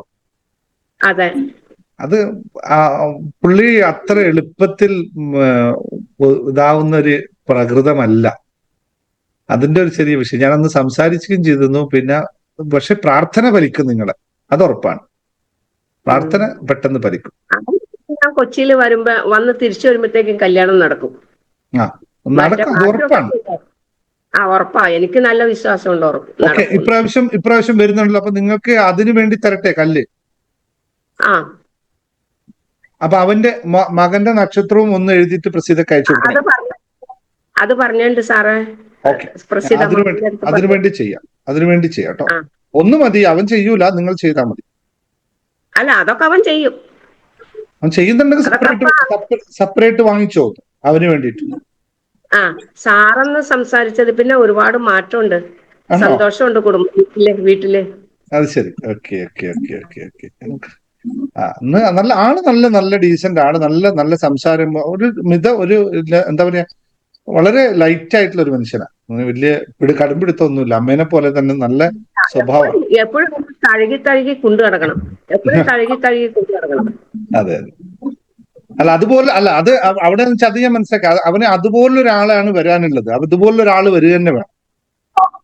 അവൻ ആ രീതിയിൽ നോക്കുന്ന ഒരാള് വരണം. അപ്പോഴാണത് കറക്റ്റായി പോരുക. നടക്കും കേട്ടോ. ശരി. അത് ഇത്തവണ ഞാൻ വന്ന് പോരുമ്പോഴത്തേക്കും നടക്കുന്ന എനിക്ക് നല്ല വിശ്വാസമുണ്ട്. താങ്ക് യു സാറേ. ഞാൻ പല പ്രാവശ്യം പറയണമെന്ന് വിചാരിച്ചു, പക്ഷെ എന്റെ ശബ്ദം ശരിയായില്ലായിരുന്നു. ഓക്കെ, ശരി, കുഴപ്പമില്ല. ശരി. ഓക്കെ, അപ്പൊ ശരി, നമുക്ക് ക്ലാസ്സിലേക്ക് കിടക്കാം കേട്ടോ. ബാക്കി നമുക്ക് ലാസ്റ്റ് പറയാം, എന്നുള്ളവർക്ക് ലാസ്റ്റ് പറയാം കേട്ടോ, അല്ലെങ്കിൽ നമുക്ക് ക്ലാസ് സമയം തരില്ല. അന്ന് മറ്റൊരു ക്ലാസ് നമുക്ക് ജീവിത വിജയത്തിന്റെ രഹസ്യത്തിന്റെ ക്ലാസ് കൂടിയുണ്ട്. ഓക്കെ, അപ്പോ എല്ലാവരും തയ്യാറാണല്ലോ അല്ലേ? അപ്പൊ എടുത്തോളൂ, ക്യാപ്സുൽ കഴിച്ചോളൂ. കുറച്ച് കാര്യം മാത്രമേ പറയുള്ളൂ, വലിയ കാര്യങ്ങളൊന്നും പറയുന്നില്ല. കാരണം വലിയ കാര്യം പറയേണ്ട വിഷയമേ അല്ലാത്തത് കൊണ്ടാണ്. ഇത് വലിയ കാര്യമല്ലാത്തൊരു വിഷയമാണ്. അതുകൊണ്ട് കുറച്ച് കാര്യം പറയും. വലിയ കാര്യമല്ല എന്ന് പറയുന്നത് വേറൊന്നുമല്ല, വലുതായിട്ട് ചിന്തിക്കേണ്ട കാര്യങ്ങളൊന്നുമില്ല. കടം എന്ന് പറയുന്നത് യാഥാർത്ഥ്യമാണ്. ആ യാഥാർത്ഥ്യത്തെ അംഗീകരിച്ചാൽ മാത്രം മതി. ആ അംഗീകാരത്തിന് മാത്രമേ വിഷയമുള്ളൂ. അപ്പൊ ക്യാപ്സുൽ കഴിച്ചോളൂ, പെട്ടെന്ന് വരട്ടെ. ക്ലാസ് കേൾക്കാനിരിക്കുന്നവര് കഴിവതും കുറച്ചു നേരം ഇതിനു വേണ്ടി ഇരിക്കുക, ഒരു അരമണിക്കൂർ 1 മണിക്കൂർ സമയം. അപ്പോ ഞാൻ മറ്റൊരു കാര്യം ഇപ്പോൾ ഓർത്തതാണ്. നിങ്ങൾക്ക് എല്ലാവർക്കും ഞാൻ ഒരു ടെക്നിക്ക് പഠിപ്പിച്ചിരുന്നു, 1 2 1 2 കയ്യിൽ എഴുതൂ എന്നൊക്കെ പറഞ്ഞിട്ട് ടെക്നിക്ക് പഠിപ്പിച്ചിട്ടുണ്ടായിരുന്നു. കുറേ പേർക്ക് അതുകൊണ്ട് റിസൾട്ട് ഉണ്ടായിട്ടുണ്ട്, ഒരുപാട് കാര്യം ഉണ്ടായിട്ടുണ്ട്. പക്ഷെ അത് നിങ്ങൾ കയ്യിൽ എഴുതൂ എന്നുള്ള ടെക്നിക്കാണ് പഠിപ്പിച്ചത്. ഈ നമ്പർ 1 2 1 2 എന്ന് പറയുന്ന നമ്പറിന് ഒരുപാട് വലിയ പ്രത്യേകതകളുള്ള നമ്പറാണ്. അതായത് 1 2 1 2 നമ്മൾ എങ്ങനെ എണ്ണാൻ തുടങ്ങുക, 1 2 1 2 1 2 ഇങ്ങനെയാണ് നമ്മൾ എപ്പോഴും കൗണ്ട് ചെയ്യുക. അപ്പൊ അതുകൊണ്ട് ഞാനൊരു കാര്യം തീരുമാനിച്ചിരുന്നു, കുറച്ചും കൂടി നമുക്കറിയാം, നിങ്ങൾക്ക് 20-20 മെഡിറ്റേഷൻ പോലുള്ള മെഡിറ്റേഷൻ എങ്ങനെയാണ് ഇത്ര പവർഫുൾ ആയത്, എങ്ങനെയാണ് ഇത് റിസൾട്ട് കിട്ടുന്ന അറിയാലോ. അതിന്റെ പ്രാക്ടീസിങ് മെത്തേഡിലാണ് വലിയ റിസൾട്ടുകൾ ഉണ്ടായിട്ടുള്ളത്, വലിയ റിസൾട്ട്. അപ്പൊ അതുകൊണ്ട് ഞാൻ ഒരു കാര്യം തീരുമാനിച്ചു, ഈ 1 2 1 2 നിങ്ങളുടെ ഇരുത്തി ഒന്ന് പ്രാക്ടീസ് ചെയ്യിപ്പിക്കാൻ പറ്റും. ഞാനിവിടെ പറഞ്ഞ ടെക്നിക്ക് പറഞ്ഞൊക്കെ നിങ്ങൾ കുറെ ആൾക്ക് ഇരുന്ന് പ്രാക്ടീസ് ചെയ്യുന്നുണ്ട്. പക്ഷെ മൊത്തത്തിൽ ഒന്നിച്ചിരുന്നിട്ട് ഒരു മെഡിറ്റേഷൻ രൂപത്തിൽ പ്രാക്ടീസ് ചെയ്ത് കഴിഞ്ഞാൽ റിസൾട്ട് അമേസിംഗ് ആയിട്ടുണ്ടാവും. അപ്പൊ നമുക്ക് 1 2 1 2 കയ്യിൽ എഴുതുന്ന രീതിയല്ല, മറ്റൊരു രീതിയിൽ 1 2 1 2 ഒരു മെഡിറ്റേഷൻ ഞാൻ നിങ്ങൾക്ക് തരാമെന്ന് തീരുമാനിച്ചിരിക്കുന്നു. എപ്പോഴാണ് വേണ്ടത്? 1 മണിക്കൂർ നേരം, 1 മിനിറ്റ്, ഒറ്റ ദിവസം. ഇപ്പൊ എല്ലാ ദിവസവും നിങ്ങൾക്ക് ചെയ്യാം. ഞാൻ എന്തുകൊണ്ടാണ് ഈ വ്യത്യസ്തമായ കുറെ കാര്യങ്ങൾ നിങ്ങളെ പഠിപ്പിക്കാൻ ശ്രമിക്കുന്നത് വെച്ചാൽ, ഓരോന്നും ഓരോ തരത്തിലായിരിക്കും, ഓരോ ആൾക്കാർക്കായിരിക്കും റിസൾട്ട് വരിക. എല്ലാവർക്കും വർക്ക് ചെയ്യണമെന്നൊന്നുമില്ല. അത് ഓരോ ആളുടെയും അക്സെപ്റ്റൻസ്, അതായത് അതിനെ അംഗീകരിക്കുന്നതിലുള്ള വ്യത്യാസമാണ്. ചിലവർക്ക് മോതിരം ഉപയോഗിച്ച റിസൾട്ട് കിട്ടുന്നു, മറ്റുള്ളവർക്ക് വാട്ടർ തെറാപ്പി ഉപയോഗിച്ച റിസൾട്ട് കിട്ടുന്നു, അങ്ങനെ ഓരോ ആൾക്ക് വ്യത്യസ്തമാണ്. ചിലർക്ക് അഫർമേഷൻസ് റിസൾട്ട് കിട്ടുന്നു. അങ്ങനെ ഓരോ ബ്രെയിനും വ്യത്യസ്തമാണ്, ഒന്നും ഒരുപോലെയല്ല. അപ്പൊ ഇതിലേതാണ് വർക്ക് ചെയ്യുന്നതല്ലോ. നിങ്ങളോട് ഒരു കാര്യം ഞാൻ ഒന്നുകൂടി പറയാം, നിങ്ങൾക്ക് ഏതെങ്കിലും ഒരു ടെക്നിക്ക് വർക്ക് ചെയ്തു എന്ന് നിങ്ങൾ തീരുമാനിച്ചാൽ നിങ്ങൾ അത് റിപ്പീറ്റ് ചെയ്തുകൊണ്ടേയിരിക്കണം. അതെപ്പോഴും നിങ്ങൾക്ക് കിട്ടുന്ന ചാൻസ് എപ്പോഴും റിപ്പീറ്റ് ചെയ്യണമെന്നല്ല, ആവശ്യാനുസരണം റിപ്പീറ്റ് ചെയ്യാൻ നിങ്ങൾക്ക് പറ്റണം. അത് വളരെ ശ്രദ്ധാപൂർവ്വം ഒന്ന് കൈകാര്യം ചെയ്യുക. അതുകൊണ്ട് എല്ലാ മെഡിറ്റേഷനും നിങ്ങൾക്ക് റിസൾട്ട് കിട്ടുന്നില്ല, ഏതെങ്കിലും ഒന്ന് കിട്ടാതിരിക്കില്ല, അത് കിട്ടുന്നതിനെ റിപ്പീറ്റ് ചെയ്തുകൊണ്ടേ ഇരിക്കുക എന്നുള്ളതാണ്. അപ്പോ നമുക്ക് ഒരു 1 2 1 2 മെഡിറ്റേഷൻ ഉടനെ തന്നെ നടത്താം. എല്ലാവർക്കും എപ്പോഴാണ് പറ്റുക എന്നുള്ളത് നോക്കുക. ഞാൻ ഇന്ന് ഈ ക്ലാസ് കഴിഞ്ഞ ശേഷം അതിൻ്റെ ഒരു പോസ്റ്റർ നിങ്ങൾക്ക് ഷെയർ ചെയ്യാം. ഓൺ ദ സ്പോട്ട് നിങ്ങൾക്ക് ജോയിൻ ചെയ്യാം. ഞാൻ ഒരു മെഡിറ്റേഷൻ അറിയാലോ, അത് വളരെ ചെറിയൊരു തുക മാത്രമാണ് മെഡിറ്റേഷൻ. അത് എന്തുകൊണ്ടെന്ന് വെച്ചാൽ അത് പറഞ്ഞപ്പോഴും ഓക്കെ, അതിപ്പോ ഇന്നിപ്പോ പറഞ്ഞ പോലെ വളരെ 530741 ചെറുതായി വർക്ക് ചെയ്യാൻ തുടങ്ങി. വളരെ നല്ല കാര്യം. ഇതൊക്കെ ചെയ്തു നോക്കുക, എല്ലാത്തിലും മാറ്റമുണ്ടാവും, എല്ലാത്തിലും നമുക്ക് ഗുണമുണ്ടാവും. പക്ഷെ ഏറ്റവും കൂടുതൽ റിസൾട്ട് വരുന്ന ചിലതുണ്ടാവും. ഞാൻ ഇന്നലെ ചില സമയത്ത് നമുക്ക് ഉണ്ടാവുന്ന ഇതെടുത്ത് ചോക്ലേറ്റ് കിട്ടുന്നു. ചില സമയത്ത് നമുക്ക് സംഭവിക്കുന്ന കാര്യം നമുക്ക് തന്നെ സർപ്രൈസ് ആയി പോവേ. അതൊന്നും ഒരു സർപ്രൈസ് ഞാൻ കാണിച്ചു തരാം. ഇന്നലെ ഞങ്ങള് ഒരു സ്ഥലത്ത് പോയിരുന്നു, ഞാനും ഫാമിലിയും ഞാനും മക്കളും വൈഫും ഒക്കെ ഒരു സ്ഥലത്ത് ഇങ്ങനെ പോയിരുന്നു. പോയി കഴിഞ്ഞപ്പോൾ ഞങ്ങള് ഒന്നുമല്ല, ദുബായ് മാളിൽ ഇന്നലെ പോയിരുന്നു. മോൾക്ക് എന്തോ സാധനം വാങ്ങിക്കണം എന്ന് കരുതി ദുബായ് മാളിൽ പോയിരുന്നു. അപ്പോ ദുബായ് മാളിൽ ഇങ്ങനെ നടക്കുന്ന സമയത്ത് ഞങ്ങൾ ഓരോ ഷോപ്പുകൾ ഇങ്ങനെ ഉണ്ടാവും. അപ്പൊ അവിടെ നിന്ന് പാച്ചി എന്ന് പറയുന്ന നല്ലൊരു ചോക്ലേറ്റ് ഉണ്ട്, വേൾഡ് ഫേമസ് ചോക്ലേറ്റ് ആണ് പാച്ചിയുടെ. അപ്പോ വൈഫ് പറയാണ്, നമ്മൾ പാച്ചി ചോക്ലേറ്റ് വാങ്ങിച്ചിട്ട് കുറേ വർഷമായല്ലേ, പണ്ട് ഞാനെപ്പോഴും വാങ്ങിച്ചു കൊടുത്തിരുന്നു, വാങ്ങിച്ചിരുന്നില്ല. അപ്പൊ മോള് പറഞ്ഞു, അയ്യോ ഞാൻ കണ്ടിട്ടില്ലല്ലോ, എനിക്ക് പാച്ചി മേടിച്ചത് ഓർമ്മയില്ലെന്ന് പറഞ്ഞു. അപ്പൊ ഞാൻ പറഞ്ഞു, വാങ്ങിച്ചിരുന്നു, പാച്ചി വാങ്ങിച്ച് കഴിച്ചിരുന്നു, നിങ്ങൾക്ക് ടേസ്റ്റ് പറഞ്ഞു. അപ്പൊ ഞങ്ങൾക്ക് അറിയാതെ പാച്ചി വാങ്ങിക്കണം, എന്നാ പിന്നെ പോകുന്ന വഴിക്ക് വാങ്ങിച്ചാലോ എന്നൊക്കെ ഇങ്ങനെ വിചാരിച്ച് അവിടെ നിന്ന് ഇങ്ങനെ മുന്നോട്ട് പോയി. അതായത് ഞങ്ങൾക്ക് പാച്ചി വേണമെന്നൊരു ആഗ്രഹം 3 പേർക്കും ഉണ്ടായിരുന്നു. ഞങ്ങള് അവിടെ കുറേ നേരം പരിപാടിയെല്ലാം കഴിഞ്ഞപ്പോൾ നമ്മുടെ ഇപ്പോ കോച്ച് ചെയ്യുന്ന ആശാ ലക്ഷ്മിയും അവരും ഉണ്ടായിരുന്നു, ഫാമിലി.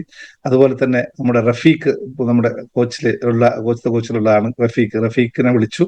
റഫീഖ് അടുത്താണുള്ളത്, അവിടുത്തെ അടുത്ത താമസം. അപ്പൊ റഫീഖ് അങ്ങോട്ട് വരുന്നു പറഞ്ഞു. ഞങ്ങൾക്ക് വരേണ്ട സമയമായി. അങ്ങനെ അവിടെ നിന്ന് ഇങ്ങനെ ഞങ്ങൾ തിരിച്ചു വരാൻ നിൽക്കുമ്പോഴാണ് റഫീഖ് വരണ്ട്. റഫീഖ് വരുമ്പോ എനിക്ക് വാങ്ങിച്ചു കൊണ്ടുവന്ന സാധനമാണ്. അവനോട് ആരും ഇത് പറഞ്ഞിട്ടില്ല, ഞങ്ങൾ ആരും ഇത് പറഞ്ഞിട്ടില്ല. ഞങ്ങൾ പോകുന്ന വഴിക്ക് എന്ന് ആഗ്രഹിച്ചത് മാത്രമേ ഉള്ളൂ. വളരെ എക്സ്പെൻസീവ് ആയിട്ടുള്ള ചോക്ലേറ്റ് ആണ്, വളരെ എക്സ്പെൻസീവ് ആയിട്ട്. ഇത് ഒരു 5-6 കിലോ ഈ സാധനം തന്നെ ഉണ്ട് എടുക്കാൻ തന്നെ. ഇത് കിട്ടിക്കഴിയുമ്പോൾ ഞങ്ങൾ ആകെ സർപ്രൈസ് ആയിപ്പോയി. ഇതൊന്ന് ആലോചിച്ചൊന്ന് അപ്പുറം ഞാനൊന്നും പറഞ്ഞില്ല അവനോട്. ഇപ്പൊ പറഞ്ഞു വെച്ചതേ ഉള്ളൂ ഈ സാധനം. അവിടെ വേറെ ഒരു 100-10-20 ചോക്ലേറ്റ് ഷോപ്പുകൾ വേറെ ഉണ്ട് ഫേമസ് ആയി. പക്ഷെ ഇത് തന്നെ വാങ്ങിച്ചു കൊണ്ടുവരാൻ റഫീഖിന് എങ്ങനെ തോന്നി എന്നുള്ളതാണ്. എന്നെ കാണാൻ വരുമ്പോ അവൻ ഇതും വാങ്ങിച്ചിട്ടാ വന്നത്. അത്രയും ഇങ്ങനെയാണ് ചില സമയത്ത് ഇതൊക്കെ സംഭവിച്ചു പോകുന്നത്. നമ്മളിങ്ങനെ ആഗ്രഹിക്കും. അത് ചിലപ്പോ ഏത് രൂപത്തിൽ വരുമെന്നൊന്നും നമുക്ക് മുൻകൂട്ടി പറയാനൊന്നും പറ്റില്ല. പക്ഷെ ആ ആഗ്രഹത്തിന്റെ പ്യൂരിറ്റി എത്രത്തോളം ഉണ്ട്, അതുപോലെ ആയിരിക്കും കാര്യങ്ങൾ. Thank you very much Rafeeq. വളരെ എന്നെ സർപ്രൈസ് ആക്കിയ ഒരു കാര്യം. ഞങ്ങൾ ഇന്നലെ രാത്രിയും അത് തന്നെ പറഞ്ഞുകൊണ്ട്, ഇങ്ങനെയൊക്കെയാണ് ജീവിതത്തിൽ പലപ്പോഴും അത്ഭുതങ്ങൾ സംഭവിക്കുന്നത്. വിളിക്കുന്ന അത്ഭുതങ്ങൾ തന്നെയാണ്. നേരത്തെ ശാന്തമ്മ പറഞ്ഞ പോലെ അങ്ങനെയുള്ള അത്ഭുതങ്ങൾ കാണുമ്പോൾ ചിലപ്പോൾ അതൊക്കെയാണ് വർക്ക് ചെയ്യുക. അപ്പൊ അത് അഫർമേഷൻ എഴുതിയിട്ടാണോ ചെയ്യുന്നതെന്ന് ചോദിച്ചാൽ അങ്ങനെയൊന്നും അല്ല അത്. പക്ഷെ അത് നമ്മളുടെ ഇന്റൻസിറ്റി, അത് വേണമെന്നുള്ള നമുക്കുള്ള ആഗ്രഹമുണ്ട്. ആ ആഗ്രഹം പല വഴികളിലൂടെയാണ് നമ്മുടെ ജീവിതത്തിലേക്ക് വന്നു പോകുന്നതെന്ന് പറയാൻ വേണ്ടിയിട്ടാണ്. Once again thank you. നമ്മുടെ കോച്ചാവാൻ തയ്യാറായിക്കൊണ്ടിരിക്കുന്ന റഫീഖിന് നമ്മളൊരു സഹോദരനെ പോലെ കൂടെ നിന്ന്, ഇനിയിപ്പോ നിങ്ങളൊക്കെ നിങ്ങളൊക്കെ ക്ലാസ്സുകളൊക്കെ എടുക്കാനൊക്കെ വരുന്ന ആളാണ്. Thank you. അപ്പോ നമുക്ക് ക്ലാസ്സിലേക്ക് കിടക്കാം അല്ലെ? എല്ലാവരും റെഡി ആണല്ലോ? അപ്പൊ ഇതും കൂടി ചോക്ലേറ്റ് നിങ്ങൾക്ക് ആർക്കും വേണോ? വേണ്ടവരെല്ലാം പറഞ്ഞു വെച്ചോ. ഒന്നും എത്തിക്കാൻ ഒരു വഴിയില്ല. നിങ്ങൾക്ക് ചോക്ലേറ്റ് കിട്ടിയെന്ന് നിങ്ങൾ വിശ്വസിക്കുക, എന്നിട്ട് നിങ്ങൾ കഴിക്കുക, എന്നിട്ട് ആസ്വദിക്കുക എന്ന് മാത്രമേ പറയാനുള്ളൂ. വേറെ ഒരു വഴികളും തൽക്കാലം ഇല്ല. 53 ഓക്കെ, ശരി. പിന്നെ കൺഫ്യൂഷൻ ഉണ്ടാക്കേണ്ട. നമ്പർ ഏതാന്നൊക്കെ ലേഖ ഒന്ന് ചാനലിൽ പോയി നോക്കിക്കോളൂ കേട്ടോ. ശരി. അപ്പോൾ ഇന്നത്തെ വിഷയം നിങ്ങളെ സംബന്ധിച്ചതേ അല്ല, യൂട്യൂബ് വീഡിയോ കാണുന്നവർക്ക് വേണ്ടിയിട്ടാണ് എന്ന് പറയും. എന്തുകൊണ്ടാന്ന് വെച്ചാൽ ഇത്രയും കാലം എൻ്റെ ക്ലാസ്സിൽ നിന്നിട്ട് നിങ്ങൾക്കിത് മനസ്സിലായ കാര്യങ്ങൾ തന്നെയാണ്. പക്ഷെ നിങ്ങൾ എന്നിട്ടും മനസ്സിലായില്ല എന്ന് കരുതാണ് നിങ്ങൾ വിചാരിക്കുന്നതെങ്കിൽ മനസ്സിലായതും നിങ്ങൾക്ക് മനസ്സിലാവാതെ പോകും. അതുകൊണ്ട് മനസ്സിലായത് എന്താണോ അത് പ്രാക്ടീസ് ചെയ്യുക. അപ്പോൾ മനസ്സിലാവാത്തതും മനസ്സിലായി പോകും എന്നുള്ളതാണ് പറയാനുള്ളത്. അപ്പൊ കടം കയറി നാട് വിടണം. ഉദ്ദേശിച്ചത് നാട് വിടുക എന്ന് പറഞ്ഞ് ഞാൻ കുറച്ചും കൂടി ലളിതവൽക്കരിച്ചതാണ്. ആൾക്കാർ ഇതല്ല പറയുന്ന, കടം കയറി മറ്റെന്തോ ചെയ്യാനാണ്. തൽക്കാലം ഞാൻ ആ വാക്കിലേക്ക് പോകുന്നില്ല. അത് ഒഴിവാക്കി നിങ്ങൾക്കും പണക്കാരനാവാൻ സാധിക്കും എന്നുള്ള കാര്യമാണ് ഇന്ന് പറഞ്ഞു തരുന്നത്. വളരെ ലളിതമായ ചില മാനസികമായ മാറ്റത്തിന് നിങ്ങൾ തയ്യാറായാൽ മാത്രം മതി എന്ന് ഓർമ്മിപ്പിക്കുന്നു. നമുക്ക് യഥാർത്ഥത്തിൽ രാഷ്ട്രീയമായും സാമ്പത്തികമായും സമൂഹത്തിലെ വലിയ വിഷമതകള് ജനങ്ങളുടെ മനസ്സിൽ തകർച്ചയുണ്ടാക്കുന്ന ഒരു കാര്യമാണ് കടം. ഒന്നുകൂടി പറയാം. രാഷ്ട്രീയമായോ സാമ്പത്തികവുമായി സമൂഹത്തിൽ വലിയ വിഷമതകൾ ഉള്ള ജനങ്ങളുടെ മനസ്സിൽ തകർച്ചയുണ്ടാക്കുന്ന ഒരു കാര്യമാണ് കടം. അല്ലാത്തിടത്തോളം കാലം കടം ഒരു വിഷയമല്ല. നമുക്ക് വലിയ വിഷമതകൾ ഉണ്ടാക്കുന്ന ജനങ്ങളുടെ മനസ്സിലാണ് തകർച്ച ഉണ്ടാക്കുന്നത് എന്ന് മനസ്സിലാക്കുകയാണ് കടത്തിന്റെ പ്രധാനമായ വിഷയം. അല്ലെങ്കിൽ കടം ഒരിക്കലും ഒരു വിഷയമല്ല. നമ്മൾ മനസ്സുകൊണ്ട് തകരുമ്പോൾ മാത്രമാണ് നമ്മുടെ കടങ്ങൾ നമുക്ക് വിഷമതയിലേക്ക് എത്തിക്കുന്നത് എന്ന ഒരു തിരിച്ചറിവ്. ഇപ്പോൾ ഞാനിത് പറയുമ്പോൾ എൻ്റെ മുമ്പിലിരിക്കുന്ന കടവുമായി ബന്ധപ്പെട്ട് വിഷമം അനുഭവിക്കുന്ന ആൾക്കാർ പറയും, അങ്ങനെ അല്ല, എനിക്ക് കടം വന്നതിന് ശേഷമാണ് ഞാൻ വിഷമതയിലായത്. എന്നാൽ ഒരു മിനിറ്റ് നിങ്ങളെ ഇരുത്തി തിരിച്ചു പോയി കഴിഞ്ഞാൽ, നിങ്ങൾ വന്ന വഴിയെ കുറച്ച് പിറകോട്ട് നടന്നു കഴിഞ്ഞാൽ അങ്ങനെ അല്ല എന്ന് നിങ്ങൾക്ക് മനസ്സിലാക്കാൻ പറ്റും, നമുക്കും മനസ്സിലാക്കാൻ പറ്റും. കാരണം കടത്തെ പറ്റി ചിന്തിച്ചിട്ട് വിഷമിക്കാൻ തുടങ്ങിയതിന് ശേഷമാണ് കടം കുമിഞ്ഞു കൂടിയിട്ടുണ്ടാവുക എന്ന് മനസ്സിലാക്കണം. നമ്മളിപ്പോ കേരളത്തിലായാലും വിദേശ രാജ്യങ്ങളിലൂടെയൊക്കെ ആയാലും എല്ലായിടത്തുമായാലും ആയിരക്കണക്കിന് ആൾക്കാർ കടം മൂലം ജീവിതം തകരാറിലായി കിടക്കുന്നു എന്നുള്ള സത്യം. പലരും കടം തീർക്കാൻ കഴിയാതെ ജീവിതം തന്നെ അർദ്ധവിരാമമോ പൂർണ്ണവിരാമമോ ഇടാറുണ്ട്. എങ്കിൽ ഒരു കാര്യം മനസ്സിലാക്കുക, നിങ്ങൾ അർദ്ധവിരാമമോ പൂർണ്ണവിരാമമോ ഇട്ടാൽ പോലും നിങ്ങൾ കടത്തിൽ നിന്നും, നിങ്ങൾ എന്ന് പറയുന്ന ദേഹം രക്ഷപ്പെട്ട് കാണും, പക്ഷെ ആ കുടുംബം രക്ഷപ്പെടുകയില്ല എന്ന് മനസ്സിലാക്കണം. അപ്പോൾ ഒരു തരത്തിലുള്ള പരിഹാരമേ അല്ല. എന്താണ് പരിഹാരം എന്നറിയോ? അവിടെ എന്തുകൊണ്ടാണ് അത് സംഭവിക്കുന്നതെന്നറിയോ? എനിക്ക് മാനസികമായി ഇതിനെ താങ്ങാൻ പറ്റില്ല എന്നുള്ള വിഷമം കൊണ്ട് മാത്രം ചെയ്തു പോകുന്ന ഒരു അബദ്ധ പരിപാടി മാത്രമാണ് ഈ പൂർണ്ണവിരാമം എന്ന് മനസ്സിലാക്കുക. നമ്മളുടെ മനസ്സും ചിന്താശക്തിയും ശരിയായ രീതിയിൽ, ശരിയായ മാർഗത്തിൽ, ശരിയായ ദിശയിലേക്ക് കൊണ്ടുപോകാൻ കഴിയാത്തതാണ് കടം ഉമന്നുകൂടാനോ അല്ലെങ്കിൽ കടം എന്ന് പറയുന്നത് ഒരു ബാധ്യതയായി മാറുന്നത് എന്ന സത്യം തിരിച്ചറിയുന്നു നിങ്ങൾ എൻ്റെ മുമ്പിൽ ഇരിക്കുന്നതെങ്കിൽ ഒന്ന് ടൈപ്പ് ചെയ്തുക. കാരണം ആ തിരിച്ചറിവാണ് യഥാർത്ഥ മാറ്റം എന്ന് പറയുന്നത്. അതായത് ഒന്നുകൂടി പറയാം, കടം ബാധ്യത ഉണ്ടാകാൻ കാരണം നമ്മുടെ മനസ്സും ചിന്താശക്തിയും ശരിയായ മാർഗത്തിൽ മുന്നോട്ട് കൊണ്ടുപോകാൻ കഴിയാത്തത് കൊണ്ടാണ് അങ്ങനെ സംഭവിച്ചത് എന്ന് നിങ്ങൾ അംഗീകരിക്കുന്നുവെങ്കിൽ ഒന്ന് ടൈപ്പ് ചെയ്ത് കളയാം. ഇത് അംഗീകരിക്കാത്തവൻ ഇപ്പോൾ ഇവിടെ നിർത്തുക. ഇനി പറയുന്ന ഒരു കാര്യങ്ങളും നിങ്ങൾക്ക് റിലവന്റ് ആവില്ല. വെറുതെ വീഡിയോ കണ്ടൊരു സമയം കളയണ്ട.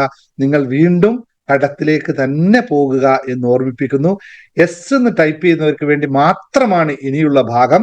നോ ആണ് നിങ്ങൾക്കെങ്കിൽ ഈ വീഡിയോ ഇവിടെ സ്റ്റോപ്പ് ചെയ്തിട്ട് എനിക്ക് വേണമെങ്കിൽ ഒരു തെറിയും കൂടി എഴുതിയിട്ട് നിങ്ങൾ എക്സിറ്റ് ചെയ്ത് പോവുക യൂട്യൂബ് വീഡിയോയിൽ നിന്ന്. അത് എന്ത് തെറിയായാലും സ്വാഗതം എന്ന് മാത്രം. കാരണം ഞാൻ ഇപ്പോൾ ഇവിടെ ഇരിക്കുന്നത് ഒരു കണ്ണാടിയാണ്. നിങ്ങൾ എഴുതുന്ന ഓരോ വാക്കുകളും നിങ്ങൾ കാണുന്ന കണ്ണാടിയിൽ കാണുന്ന ആൾക്ക് വേണ്ടിയിട്ട്, ആളെ പറ്റിയിട്ടാണ് എഴുതുന്നത് എന്ന ബോധം നിങ്ങൾക്കുണ്ടായാൽ എന്ത് നിങ്ങൾക്ക് അവിടെ എഴുതാം, ഒരു വിഷയവുമില്ല. സന്തോഷം.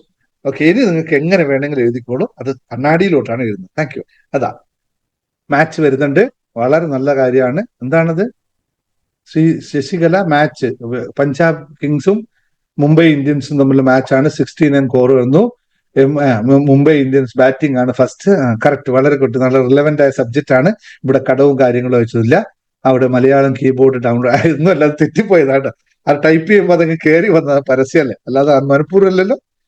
അല്ല, ഇവിടെ കാര്യമായിട്ട് നടക്കുമ്പോൾ നമ്മുടെ IPL-ന്റെ അപ്ഡേറ്റ് ഇട്ടതാ ശശികല. സന്തോഷം. അതറിയാതെ മൊബൈലിൽ ടൈപ്പ് ചെയ്താന്ന് എനിക്ക് മനസ്സിലായിട്ടു. മൊബൈൽ അറിയാതെ വന്നതാണ്. Okay, no problem. ഞാൻ ആദ്യം വിചാരിച്ചു ആരെങ്കിലും അങ്ങനെ മനഃപൂർവ്വം ചെയ്യണം, ഒന്നുമില്ല. അപ്പോ ഇനി കേൾക്കാനുള്ള വിഷയം നിങ്ങൾ കേൾക്കാം.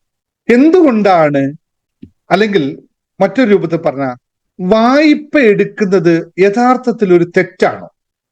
ഒരിക്കലും അല്ല എന്ന് പറയും. അങ്ങനെയാണെങ്കിൽ പിന്നെ അങ്ങനെ ഒരു സംഭവം ഉണ്ടെങ്കിൽ പിന്നെ ഈ ബാങ്കുകളൊന്നും തുറന്നു വെക്കേണ്ട ആവശ്യങ്ങളോ വ്യാപാര കാര്യങ്ങളോ ഒന്നും ഉണ്ടാവില്ലല്ലോ, അല്ലെ? അപ്പോ വായ്പ എടുക്കുന്നത് ഒരിക്കലും ഒരു തെറ്റല്ല. പലതരത്തിലുള്ള ആവശ്യങ്ങൾക്കും വ്യാപാര വികസനത്തിനും അല്ലെങ്കിൽ അതിജീവനത്തിനുമൊക്കെ നമുക്ക് വായ്പ എടുക്കേണ്ട ആവശ്യകത ഉണ്ടാവും.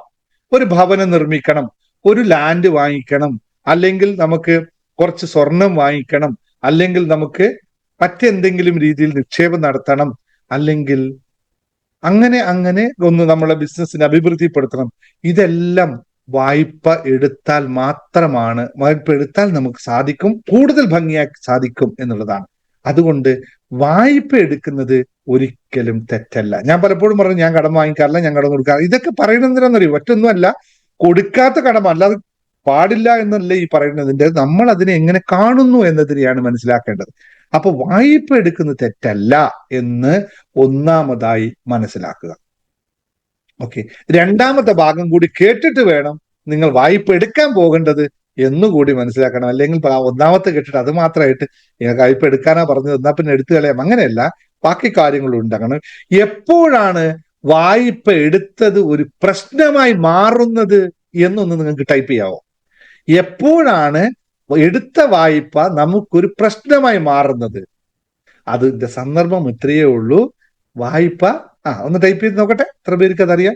എപ്പോഴാണ് എടുത്ത വായ്പ ഒരു ബാധ്യതയായി മാറുന്നത്? അല്ലെങ്കിൽ കടം ബാധ്യതയല്ല, കടം മാത്രമേ ഉള്ളൂ, ബാധ്യതയായി മാറുന്നത് എപ്പോഴാണ്? അതെ, ഇത്രയേ ഉള്ളൂ. തിരിച്ചടക്കാൻ കഴിയാതെ വരുമ്പോൾ ആണ്. അപ്പോൾ യഥാർത്ഥത്തിൽ പ്രശ്നം വായ്പ എടുത്തതാണോ തിരിച്ചടക്കാത്തതാണോ? നമ്മൾ എന്തിനെ പറ്റിയിട്ടാ എപ്പോഴും പറയുന്നത്? കടമെടുത്തത് തെറ്റിപ്പോയി, കടമാണ് എന്റെ വിഷയം എന്നല്ലേ പറയുന്നത്? യഥാർത്ഥത്തിൽ കടമാണോ നമ്മുടെ വിഷയം? ഒരിക്കലും അല്ലല്ലോ അല്ലെ? നോക്കൂ, ശ്രദ്ധിക്കുക, ഞാൻ പറഞ്ഞു വന്നത്, നമ്മൾ എന്താ പറയുന്നത്? കടം ഒന്ന് കൊടുത്തു തീർത്താൽ മതിയായിരുന്നു എന്നുകൊണ്ടാണ് പറഞ്ഞുകൊണ്ടിരിക്കുന്നത്. യഥാർത്ഥത്തിൽ കടമാണോ നമ്മുടെ പ്രശ്നം? അല്ല. കടം പ്രശ്നമേ അല്ല, നമ്മളെ സംബന്ധിച്ച് ഒരു വിഷയമേ അല്ല. തിരിച്ചടക്കാത്തതാണ് പ്രശ്നം. അങ്ങനെ ചിന്തിച്ചിട്ടുണ്ടോ? എന്റെ പൈസ തിരിച്ചടക്കാത്തതാണ് എന്റെ പ്രശ്നം എന്ന് പറയുന്ന എത്ര പേരുണ്ട് ഈ പറഞ്ഞതിനകത്ത്? യഥാർത്ഥ പ്രശ്നം കടമല്ല, തിരിച്ചടവാണ് എന്ന് നിങ്ങൾക്ക് ഇപ്പോൾ മനസ്സിലായല്ലോ. പക്ഷെ എന്താണ് പറയുന്നത്? കടം അടക്കുന്നില്ല, കടമാണ് എന്റെ പ്രശ്നം, കടമാണ് എന്റെ പ്രശ്നം, കടമാണ് എന്റെ പ്രശ്നം എന്നല്ലേ പറയുന്നത്? യഥാർത്ഥത്തിൽ കടമല്ല പ്രശ്നം, തിരിച്ചടവാണ് പ്രശ്നം. ഇനിയെങ്കിലും നിങ്ങൾ തിരിച്ചറിയുമോ? എങ്കിൽ രക്ഷപ്പെട്ടു. എന്തുകൊണ്ടെന്നറിയോ? പിന്നെ നമ്മൾ എന്തിനെ പറ്റിയാ ചിന്തിക്കേണ്ടത്? നമ്മൾ ഒരു കാര്യം തിരിച്ചറിഞ്ഞാൽ നമ്മൾ പൂർണ്ണമായി എന്തിനെ പറ്റിയാ ചിന്തിക്കുക? തിരിച്ചടവിനെ പറ്റി മാത്രമാണ് ചിന്തിക്കുന്നത്. തിരിച്ചടക്കാൻ പറ്റാതെ വരികയല്ല, തിരിച്ചടക്കുന്നതിനെ പറ്റി ചിന്തിക്കാൻ തുടങ്ങുമ്പോൾ മാത്രമാണ് തിരിച്ചടവ് നടക്കുക. ഇപ്പൊ പറഞ്ഞതറിയോ? തിരിച്ചടക്കാൻ പറ്റുന്നില്ലല്ലോ എന്നാണ് ചിന്തിക്കുന്നതെങ്കിൽ തെറ്റാണ്. തിരിച്ചടക്കുന്നത് എങ്ങനെ എന്ന് മാറ്റി ചിന്തിച്ചാൽ മാത്രം മതി. ഈ ചിന്തകൾ മാറ്റണം. എങ്ങനെ ഞാൻ തിരിച്ചടക്കും? പലർക്കും ഒരു പൊതുവായൊരു ധാരണയുണ്ട്. എന്താണെന്നറിയോ? ഇതുവരെ ഞാൻ ജീവിതത്തിൽ വിജയിച്ചിട്ടില്ല, ഇനിയൊട്ട് സാധിക്കുകയുമില്ല. ഇതുവരെ ഞാൻ ചെയ്തതൊന്നും ശരിയായില്ല, ഇനിയൊട്ട് സാധിക്കുകയുമില്ല. ഇതുവരെ ഞാൻ പൈസ ഉണ്ടാക്കാൻ നോക്കിയിട്ട് നടന്നിട്ടില്ല, ഇനി എന്നെ കൊണ്ടത് പറ്റുകയുമില്ല. അല്ലേ? ഇത് കോമൺ ആയിട്ട് എല്ലാവരും പറഞ്ഞ കാര്യം. ഇത്രയൊക്കെ ആയി സാറേ, ഇതുവരെ ഞാൻ രക്ഷപ്പെട്ടിട്ടില്ല. ഇനി രക്ഷപ്പെടാൻ എത്ര സമയം വേണം? ജീവിതത്തിൽ രക്ഷപ്പെടാൻ എത്ര സമയം വേണം? ഒരു സെക്കൻഡോ ഒരു മിനിറ്റോ മതി. ഒരു ലോട്ടറി നമുക്ക് അടിച്ചു കിട്ടിയാൽ തീർന്നു ഈ വിഷയങ്ങളെല്ലാം. അതിന് മണിക്കൂർ വേണോ? ദിവസം വേണോ? വേണ്ട, ഒന്നുമില്ല. പല വഴികളിലൂടെ വരുന്നുണ്ട്, സെക്കൻഡ്സുകൾ കൊണ്ട് സംഭവിക്കും. എന്നിട്ട് പറയുന്നത് എന്താ? ഇനി ഒരു രക്ഷയില്ല, കഴിഞ്ഞു, സമയം കഴിഞ്ഞു, ഇനി രക്ഷപ്പെടില്ല. പൊതുവെയുള്ള ഒരു ധാരണയാണ്, ജീവിതത്തിൽ ഞാൻ ഇതുവരെ രക്ഷപ്പെട്ടിട്ടില്ല, അല്ലെങ്കിൽ വിജയിച്ചിട്ടില്ല, ഇനി എന്നെ കൊണ്ട് പറ്റില്ല. ഇവിടെ നിർത്തിക്കോ. രണ്ട് കാര്യം പറഞ്ഞു നിങ്ങളോട്. വായ്പയല്ല പ്രശ്നം, അല്ലെ കടമല്ല പ്രശ്നം, തിരിച്ചടക്കാത്തതാണ് പ്രശ്നം. അപ്പോൾ തിരിച്ചടവ് എങ്ങനെ എന്ന് ആലോചിച്ച് തുടങ്ങിക്കഴിഞ്ഞാൽ നമ്മുടെ വിഷയം തീർന്നു അവിടെ. അതിന് 100 വഴികൾ നമ്മുടെ മുമ്പിൽ, 1001 വഴികൾ എന്നാ പറയാം, 1001 വഴികൾ നമ്മുടെ മുമ്പിൽ തെളിഞ്ഞു വരും. ജീവിതത്തിൽ വിജയിച്ചിട്ടില്ല എന്ന് പറഞ്ഞ് ഞാൻ ഇതുവരെ ചെയ്തൊന്നും ശരിയായില്ല എന്ന് പറയുന്നതിന് പകരം എനിക്ക് ഇനിയും പറ്റുമെന്ന് ചിന്തിച്ചാൽ മാത്രം മതി. മറ്റേതിനു നിങ്ങൾ ചെലവൊന്നും ഉണ്ടാകില്ലല്ലോ. ഒന്നും ചെലവൊന്നുമില്ലല്ലോ ജീവിതത്തിൽ. ഞാൻ വിജയിച്ചില്ല എന്ന് പറഞ്ഞ് പ്രത്യേകിച്ച് ചെലവുള്ള കാര്യമൊന്നുമില്ല, ഫ്രീ ആയിട്ട് പറയുന്നത്. അതേ നിങ്ങൾക്ക് ജീവിതത്തിൽ ഞാൻ ഇനിയും വിജയിക്കും എന്ന് പറയുന്നതിൽ എന്താ തെറ്റുള്ളത്? ഞാൻ ഈ കാര്യം പറഞ്ഞപ്പോൾ ഒരു ഉദാഹരണം പറയാം. എന്റെ നാട്ടിൽ ഉണ്ടായ ഒരു സംഭവമാണ്, ഇപ്പൊ ഓർത്തു പോകുന്നത്. ഞങ്ങളുടെ നാട്ടിൽ ഒരാളുണ്ടായിരുന്നു. അയാള് എല്ലാവരോടും കടം മേടിക്കും. കണ്ട ഓരോ മനുഷ്യനെ കണ്ടു കഴിഞ്ഞാലും ഒന്നുമില്ലെങ്കിൽ ഒരു 100 രൂപയെങ്കിലും കടം മേടിക്കും. ആർക്കും തിരിച്ചു കൊടുക്കൂല. പക്ഷെ ആര് ചോദിച്ചാലും തിരിച്ചു കൊടുക്കൂല. എന്നിട്ട് പറയും, തരും, ഞാൻ ഒരു സമയത്ത് തരും, ഇപ്പൊ എന്റെ ഇല്ലോട്ട്, ഞാൻ ഒരു സമയത്ത് പൈസക്കാരനാവും, അപ്പൊ നിങ്ങൾ തിരിച്ചു തരും. ചിരിച്ച് ഇങ്ങനെ കളിച്ച് ആൾക്കാരോട് പറയും. ഒരാൾ 1000 കൊടുത്തവൻ തിരിച്ചു കൊടുക്കില്ല, 10,000 കൊടുത്തവൻ തിരിച്ചു കൊടുക്കില്ല, 5 ലക്ഷം മേടിച്ചവൻ തിരിച്ചു കൊടുക്കില്ല, ആർക്കും തിരിച്ചു കൊടുക്കില്ല. ആര് പോയി ചോദിച്ചാലും പുള്ളി എന്ത് തെറി പറഞ്ഞാലും പുള്ളി പറയും, ഞാൻ തരും, ഒരു കാലത്ത് ഞാൻ തരും, ഇപ്പൊ എന്റെ ഇല്ല, ഞാൻ രക്ഷപ്പെടും, ഞാൻ എന്തായാലും രക്ഷപ്പെടും. അങ്ങനെ ഒരു 25-30 വർഷക്കാലം പോയിട്ട്. അപ്പൊ എത്ര ആയിട്ടുണ്ടാവും കാര്യം? ഒരു സുപ്രഭാതത്തിൽ ഈ ആൾക്ക് ആരോടൊക്കെ കടം മേടിച്ചിട്ടുണ്ട് അവരെയൊക്കെ പൈസ തിരിച്ചു കൊടുത്തു എന്നുള്ളതാണ്. എങ്ങനെ തിരിച്ചു കൊടുത്തെന്നറിയാം? ഇയാള് കിട്ടിയ പൈസ എല്ലാം സ്വരൂപിച്ചിട്ട് വെറുതെ ഒരു വലിയ കുന്ന്, ഒന്നല്ല, അത് ഒരു കുന്ന് 2 ഭാഗം, ഒരു കുന്നിന്റെ 2 ഭാഗം മുഴുവൻ വാങ്ങിച്ചു പൈസ കൊടുത്തിട്ട്. കുറച്ചായി വാങ്ങിച്ചിട്ട്, കടമാണ് ഇയാൾ വാങ്ങിക്കുന്നത്, അത് ആരും അറിയുന്നില്ലേ, വാങ്ങിച്ചു, കുറച്ച് ദൂരെയാണ് പോയി വാങ്ങിച്ചത്. 2 കുന്നുകള് മുഴുവൻ വാങ്ങിച്ചിട്ട് അതിനകത്ത് റബ്ബർ വെച്ചു. ഒരു 20 വർഷം മുമ്പത്തെ കാര്യം ഞാൻ പറഞ്ഞത്. ഫുള്ള് റബ്ബർ വെച്ചു അതിനകത്ത്. ഇതെല്ലാം കടം മേടിച്ച പൈസ, 10 പൈസ കയ്യിലുണ്ടായിട്ടില്ല. ഫുൾ കടം മേടിച്ചിട്ട് ഫുൾ റബ്ബർ വെച്ച് നല്ല തോട്ടവും കാര്യങ്ങളാക്കി. അയാളത് 20 കോടിയോ 22 കോടി, അന്നത്തെ എനിക്ക് തോന്നുന്നത് വിലക്ക് ആ സ്വത്ത് മുഴുവൻ അയാൾ വിറ്റു. മൊത്തം അയാൾ കടം എത്ര കോടി മേടിച്ചിട്ടുണ്ടാവും? ഒരു 1.5 കോടി രൂപ മറ്റേ അന്നത്തെ കാലത്ത് വാങ്ങിച്ചിട്ടുണ്ടാവും. ബാക്കി മുഴുവൻ ലാഭം മുഴുവൻ കൊടുത്തു തീർക്കുകയും ചെയ്തു. എല്ലാവരും കഴിച്ചു. അതിനുശേഷം ഒരു വണ്ടിയൊക്കെ മേടിച്ച് വീടൊക്കെ വെച്ചിട്ട് സുഖമായി ഇപ്പോഴും ജീവിച്ചിരിപ്പുണ്ട്. ഒരു കുഴപ്പമില്ല. ഇതൊക്കെ സാധ്യമാണ്. അങ്ങനെയുള്ള മെന്റാലിറ്റി. പക്ഷെ അയാൾ ഒരാളോട് പോലും ആ മനുഷ്യൻ നിങ്ങൾക്ക് കാഴ്ച തരില്ലെന്നോ ഒരാൾ അയാളെ തല്ലുകയോ പിടിക്കുകയോ ചെയ്തിട്ടില്ല ജീവിതത്തിൽ. ഇത് ഞാൻ കണ്ട ഒരു വ്യക്തിയെ പറ്റിയാ പറഞ്ഞത്. ജീവിതത്തിൽ ഞാൻ കണ്ട ഒരാളെ പറ്റിയാ പറഞ്ഞത്. വേറെ ഒന്നല്ല. നാളെ എന്റെ നാട്ടുകാർ ആരെങ്കിലും ഇതൊക്കെ വീഡിയോ കാണുന്നുണ്ട് പഠിക്കാം, അങ്ങനെ ഒരാൾ നമ്മുടെ നാട്ടിലുണ്ട്. ഓക്കെ. അപ്പോ പലർക്കും ഉള്ള ഒരു ധാരണയാണ് നിങ്ങൾക്ക് ജീവിതത്തിൽ വിജയിക്കാൻ സാധിക്കില്ല. ഈ ധാരണ കൊണ്ട് പോകുമ്പോഴാണ്, അതായത് മനസ്സിന്റെ തെറ്റായ വിശ്വാസം, ലിമിറ്റിംഗ് ബിലീഫ്സ് ആണ് നമ്മളെ തകർത്ത് കളയുന്നത്. ഇതിൽ നിന്ന് മാറ്റപ്പെടുത്തിയാൽ മാത്രം മതി, ബാക്കിയെല്ലാം വരും. ഓക്കെ, ഇനി അടുത്ത കാര്യം പറയാം. നിങ്ങൾ പറയണം വായ്പ തിരിച്ചടക്കാൻ സാധിക്കും, അല്ലെങ്കിൽ തിരിച്ചടവാണ് എനിക്ക് പ്രാധാന്യം എന്ന് ചിന്തിക്കുന്നവന് എങ്ങനെ പറ്റും എന്ന് ചോദിക്കുന്നവരുണ്ടാവും ഇപ്പൊ എന്റെ മുമ്പിൽ നിന്ന്. സാർ അത് എങ്ങനെ സംഭവിക്കും, എങ്ങനെയാ? നിങ്ങൾക്ക് നമ്മുടെ ധീരുഭായ് അംബാനിയുടെ കഥകളൊക്കെ ഞാൻ പറയാൻ കൂടുതൽ വിശദീകരിക്കുന്നില്ല. ഇതൊക്കെ അവരെങ്ങനെയാണ് ഈ വലിയ വലിയ ബിസിനസ്സുകാര്, അല്ലെങ്കിൽ ഇപ്പൊ മുകേഷ് അംബാനി ആയിക്കഴിഞ്ഞാൽ മറ്റൊരാൾക്ക് എങ്ങനെയാണ് ഇവര് കാശുണ്ടാക്കുന്നതെന്ന് ശ്രദ്ധിച്ചിട്ടുണ്ടോ? എവിടുന്നാണ് അവർക്ക് കാശുണ്ടാക്കുന്നത്? എന്തിൽ നിന്നാണ് അവർ കാശുണ്ടാക്കുന്നത്? അറിയാമല്ലോ അത്തരം കാര്യങ്ങളൊക്കെ. അപ്പോ അതൊക്കെ വളരെ മൾട്ടിപ്ലിക്കേഷൻസ് ഓഫ് മണി വരുന്നത് എങ്ങനെയാണെന്നൊക്കെ തിയറിയൊക്കെ, മണി മാനിഫെസ്റ്റേഷൻ കുറേ കാര്യങ്ങൾ ഇതുമായിട്ട് പഠിപ്പിക്കുന്നുണ്ട്. ഒന്നുമില്ല, നമ്മൾക്ക് വാങ്ങിച്ച കാശ് എന്തിനാണ് ഉപയോഗിച്ചത് എന്നത് വളരെ പ്രധാനമാണ്. നമ്മൾ അതിനെ മൾട്ടിപ്ലിക്കേഷനാണ് ഉപയോഗിച്ചതെങ്കിൽ നമുക്ക് പേടിക്കേണ്ടതില്ല. നമ്മൾ അതിനെ ദൂർത്തടിക്കാനാണെങ്കിൽ, പിന്നെ കടം മേടിച്ച് ദൂർത്തടിച്ചിട്ട് എന്താ പറയാ, പിന്നെ പരാതിപ്പെട്ടതുകൊണ്ട് ഒരർത്ഥമില്ല. അപ്പൊ കടം വാങ്ങിക്കുമ്പോൾ എന്തിനു വേണ്ടി വാങ്ങിക്കുന്നു എന്ന് ചിന്തിക്കാത്തതാണ്. കഴിഞ്ഞ പ്രാവശ്യം ഒരാൾ പറഞ്ഞു, സാറേ എനിക്ക് ബാങ്കിൽ നിന്ന് ഒരു 20 ലക്ഷം ലോൺ കിട്ടിയാൽ ഞാൻ രക്ഷപ്പെട്ടു പോയിരുന്നു. ഇത് എന്തിനാണ്? എനിക്ക് മോളുടെ കല്യാണം നടത്താനാണ്. അപ്പൊ ഞാൻ 20 ലക്ഷം രൂപ എന്തിനാ മോളുടെ കല്യാണം നടത്താൻ? അപ്പൊ നിങ്ങളിൽ ഒന്നുമില്ല സാർ, ഒന്നും ഇപ്പൊ കയ്യിലില്ല, ഒരു 20 ലക്ഷം രൂപ ലോൺ കിട്ടിയാൽ മോളുടെ കല്യാണം സുഖമായിട്ട് നടത്താം.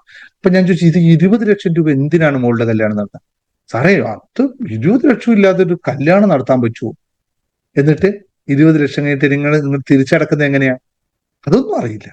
ഇത്തരം ആൾക്കാരോടൊക്കെയുള്ള ക്ലാസ് അല്ല. ഇത്തരം ആൾക്കാരെ പറ്റി എനിക്ക് ഒന്നും പറയാനില്ല, ഒരു കാര്യം പറയാനില്ല. നിങ്ങൾ ഒറ്റ കാര്യമുള്ളൂ, നിങ്ങൾ അനുഭവിച്ചോളൂ.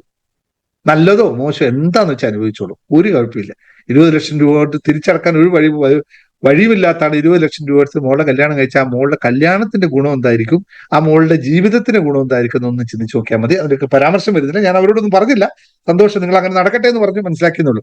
നോക്കൂ, നമുക്ക് എല്ലാവർക്കും അറിയാവുന്ന ഒരു കാര്യമാണ്, നമ്മൾ എന്ത് ചിന്തിക്കുന്നുവോ അല്ലെങ്കിൽ നമ്മൾ എന്ത് വിശ്വസിക്കുന്നുവോ അതാണ് നമ്മൾ ആയിത്തീരുന്നത് എന്നതിൽ യാതൊരു തർക്കവുമില്ല.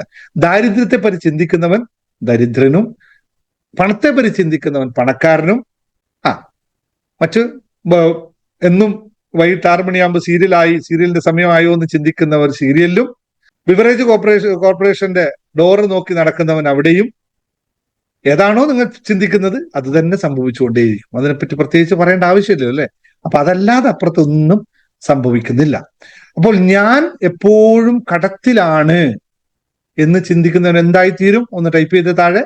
ഞാൻ എപ്പോഴും കടത്തിലാണ് എന്ന് പറഞ്ഞുകൊണ്ടിരിക്കുന്നവൻ ജീവിതത്തിൽ എന്തായിത്തീരും? കടക്കാരനാവുകയും ചെയ്യും. അവൻ കെണിയിൽപ്പെടുകയും ചെയ്യും അല്ലെ? കടമാകുന്ന കെണിയിൽപ്പെടുകയും ചെയ്യും. അപ്പോൾ ഇവിടെ മാറ്റം ഉണ്ടാക്കേണ്ടത് ഈ ബോധ്യത്തെയാണ്. നമ്മൾ കടത്തിൽ കിടക്കുന്നതിന് പകരം ഞാൻ കടം തീർക്കാൻ കഴിവുള്ള വ്യക്തിയാണ് എന്ന് തിരിച്ചറിയാൻ നമുക്ക് സാധിച്ചാൽ പറ്റും. ആർക്കാ പറ്റാത്തത്? ഞാൻ നേരത്തെ ഉദാഹരണം പറഞ്ഞിരുന്നു, പണിയെടുക്കാൻ പറ്റാത്തത് കൊണ്ടാണ്, അല്ലെങ്കിൽ പണിയെടുക്കാൻ മനസ്സില്ലാത്തത് കൊണ്ടാണ് കടക്കാരനായി മാറുന്നത്. ഒന്നുകൂടി പറയാം, പണിയെടുക്കാൻ മനസ്സില്ലാത്തത് കൊണ്ടാണ്. 100 കണക്കിന് സാധ്യതകൾ ഉണ്ടെങ്കിലും ഒരു പരിപാടിക്കും പോവില്ല. എന്നിട്ട് രോദനം കൊണ്ട് മറ്റുള്ളവരെ കിട്ടുമോ, പിന്നെയും കിട്ടുമോ എന്നാലോചിച്ച് നടക്കുന്നവന് രക്ഷപ്പെടാൻ ഒരു വഴികളും ഇവിടെ പറഞ്ഞു തരാനില്ല. വർക്ക് ചെയ്യാനാണ്, ചെയ്തിട്ട് രക്ഷപ്പെടാൻ ആഗ്രഹിക്കുന്നവന് അടുത്ത 5 വഴികൾ കൂടി പറഞ്ഞു തരാം എങ്ങനെയൊക്കെ ചെയ്യും എന്നുള്ളത്. ഞാൻ ഇന്ന് നമ്മൾ ക്ലാസ്സിൽ വന്ന ഒരാളോട് പറഞ്ഞാണ്, ഇങ്ങനെയുള്ള പരിപാടിയും കൊണ്ട് നടക്കരുത്, എത്ര വേണം എന്നൊക്കെ എഴുതൂ എന്ന് പറഞ്ഞു. ഇതുവരെ രാവിലെ സാറേ ഒന്ന് എനിക്ക് ഇത്ര രൂപ വേണം എന്ന് പറഞ്ഞ് മെസ്സേജ് അയച്ച ആളോട് ഞാൻ പറഞ്ഞു, എന്തൊക്കെയാണ് നിങ്ങളുടെ, എവിടെയൊക്കെയാണ് നിങ്ങളുടെ കടമുള്ളത് എന്നൊന്ന് എഴുതി അയക്കൂ എന്ന് പറഞ്ഞാൽ ഈ സമയം വരെ സമയം കിട്ടിയിട്ടില്ല എഴുതി അയക്കാനായിട്ട്. കാരണം എനിക്കെന്നെ അറിയില്ല എനിക്ക് എവിടെയൊക്കെ കടമുണ്ടെന്ന്. പിന്നെ എങ്ങനെ കണ്ടുപിടിക്കാൻ പറ്റും? ആൾക്കാർ വിളിച്ചിട്ട് നീ അന്ന് മേടിച്ച പൈസ എവിടെയെന്ന് ചോദിക്കും. ആ, നിനക്ക് തരാനുണ്ടല്ലേ, അടുത്തത് മറ്റാളോട്. അതെത്രയുണ്ട്?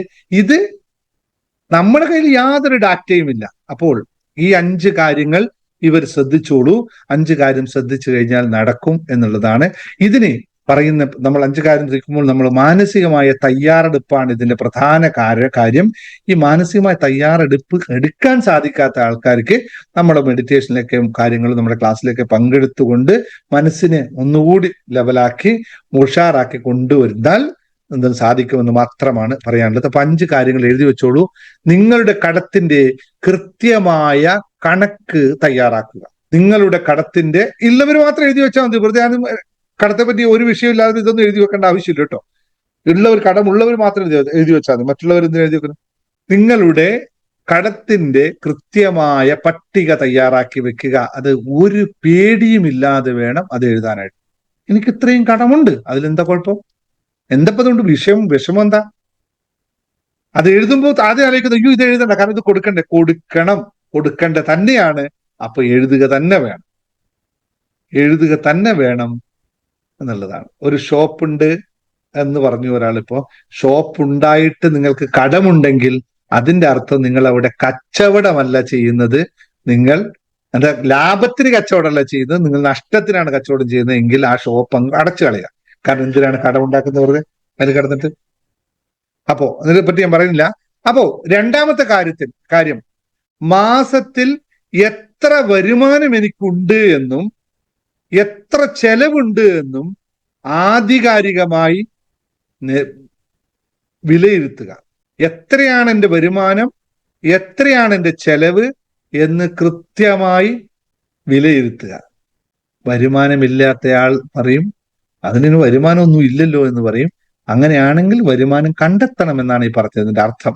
അല്ലാതെ കടം തീർക്കാൻ വഴികൾ സർവേശ്വരം വിചാരിച്ചാൽ പോലും നടക്കൂല.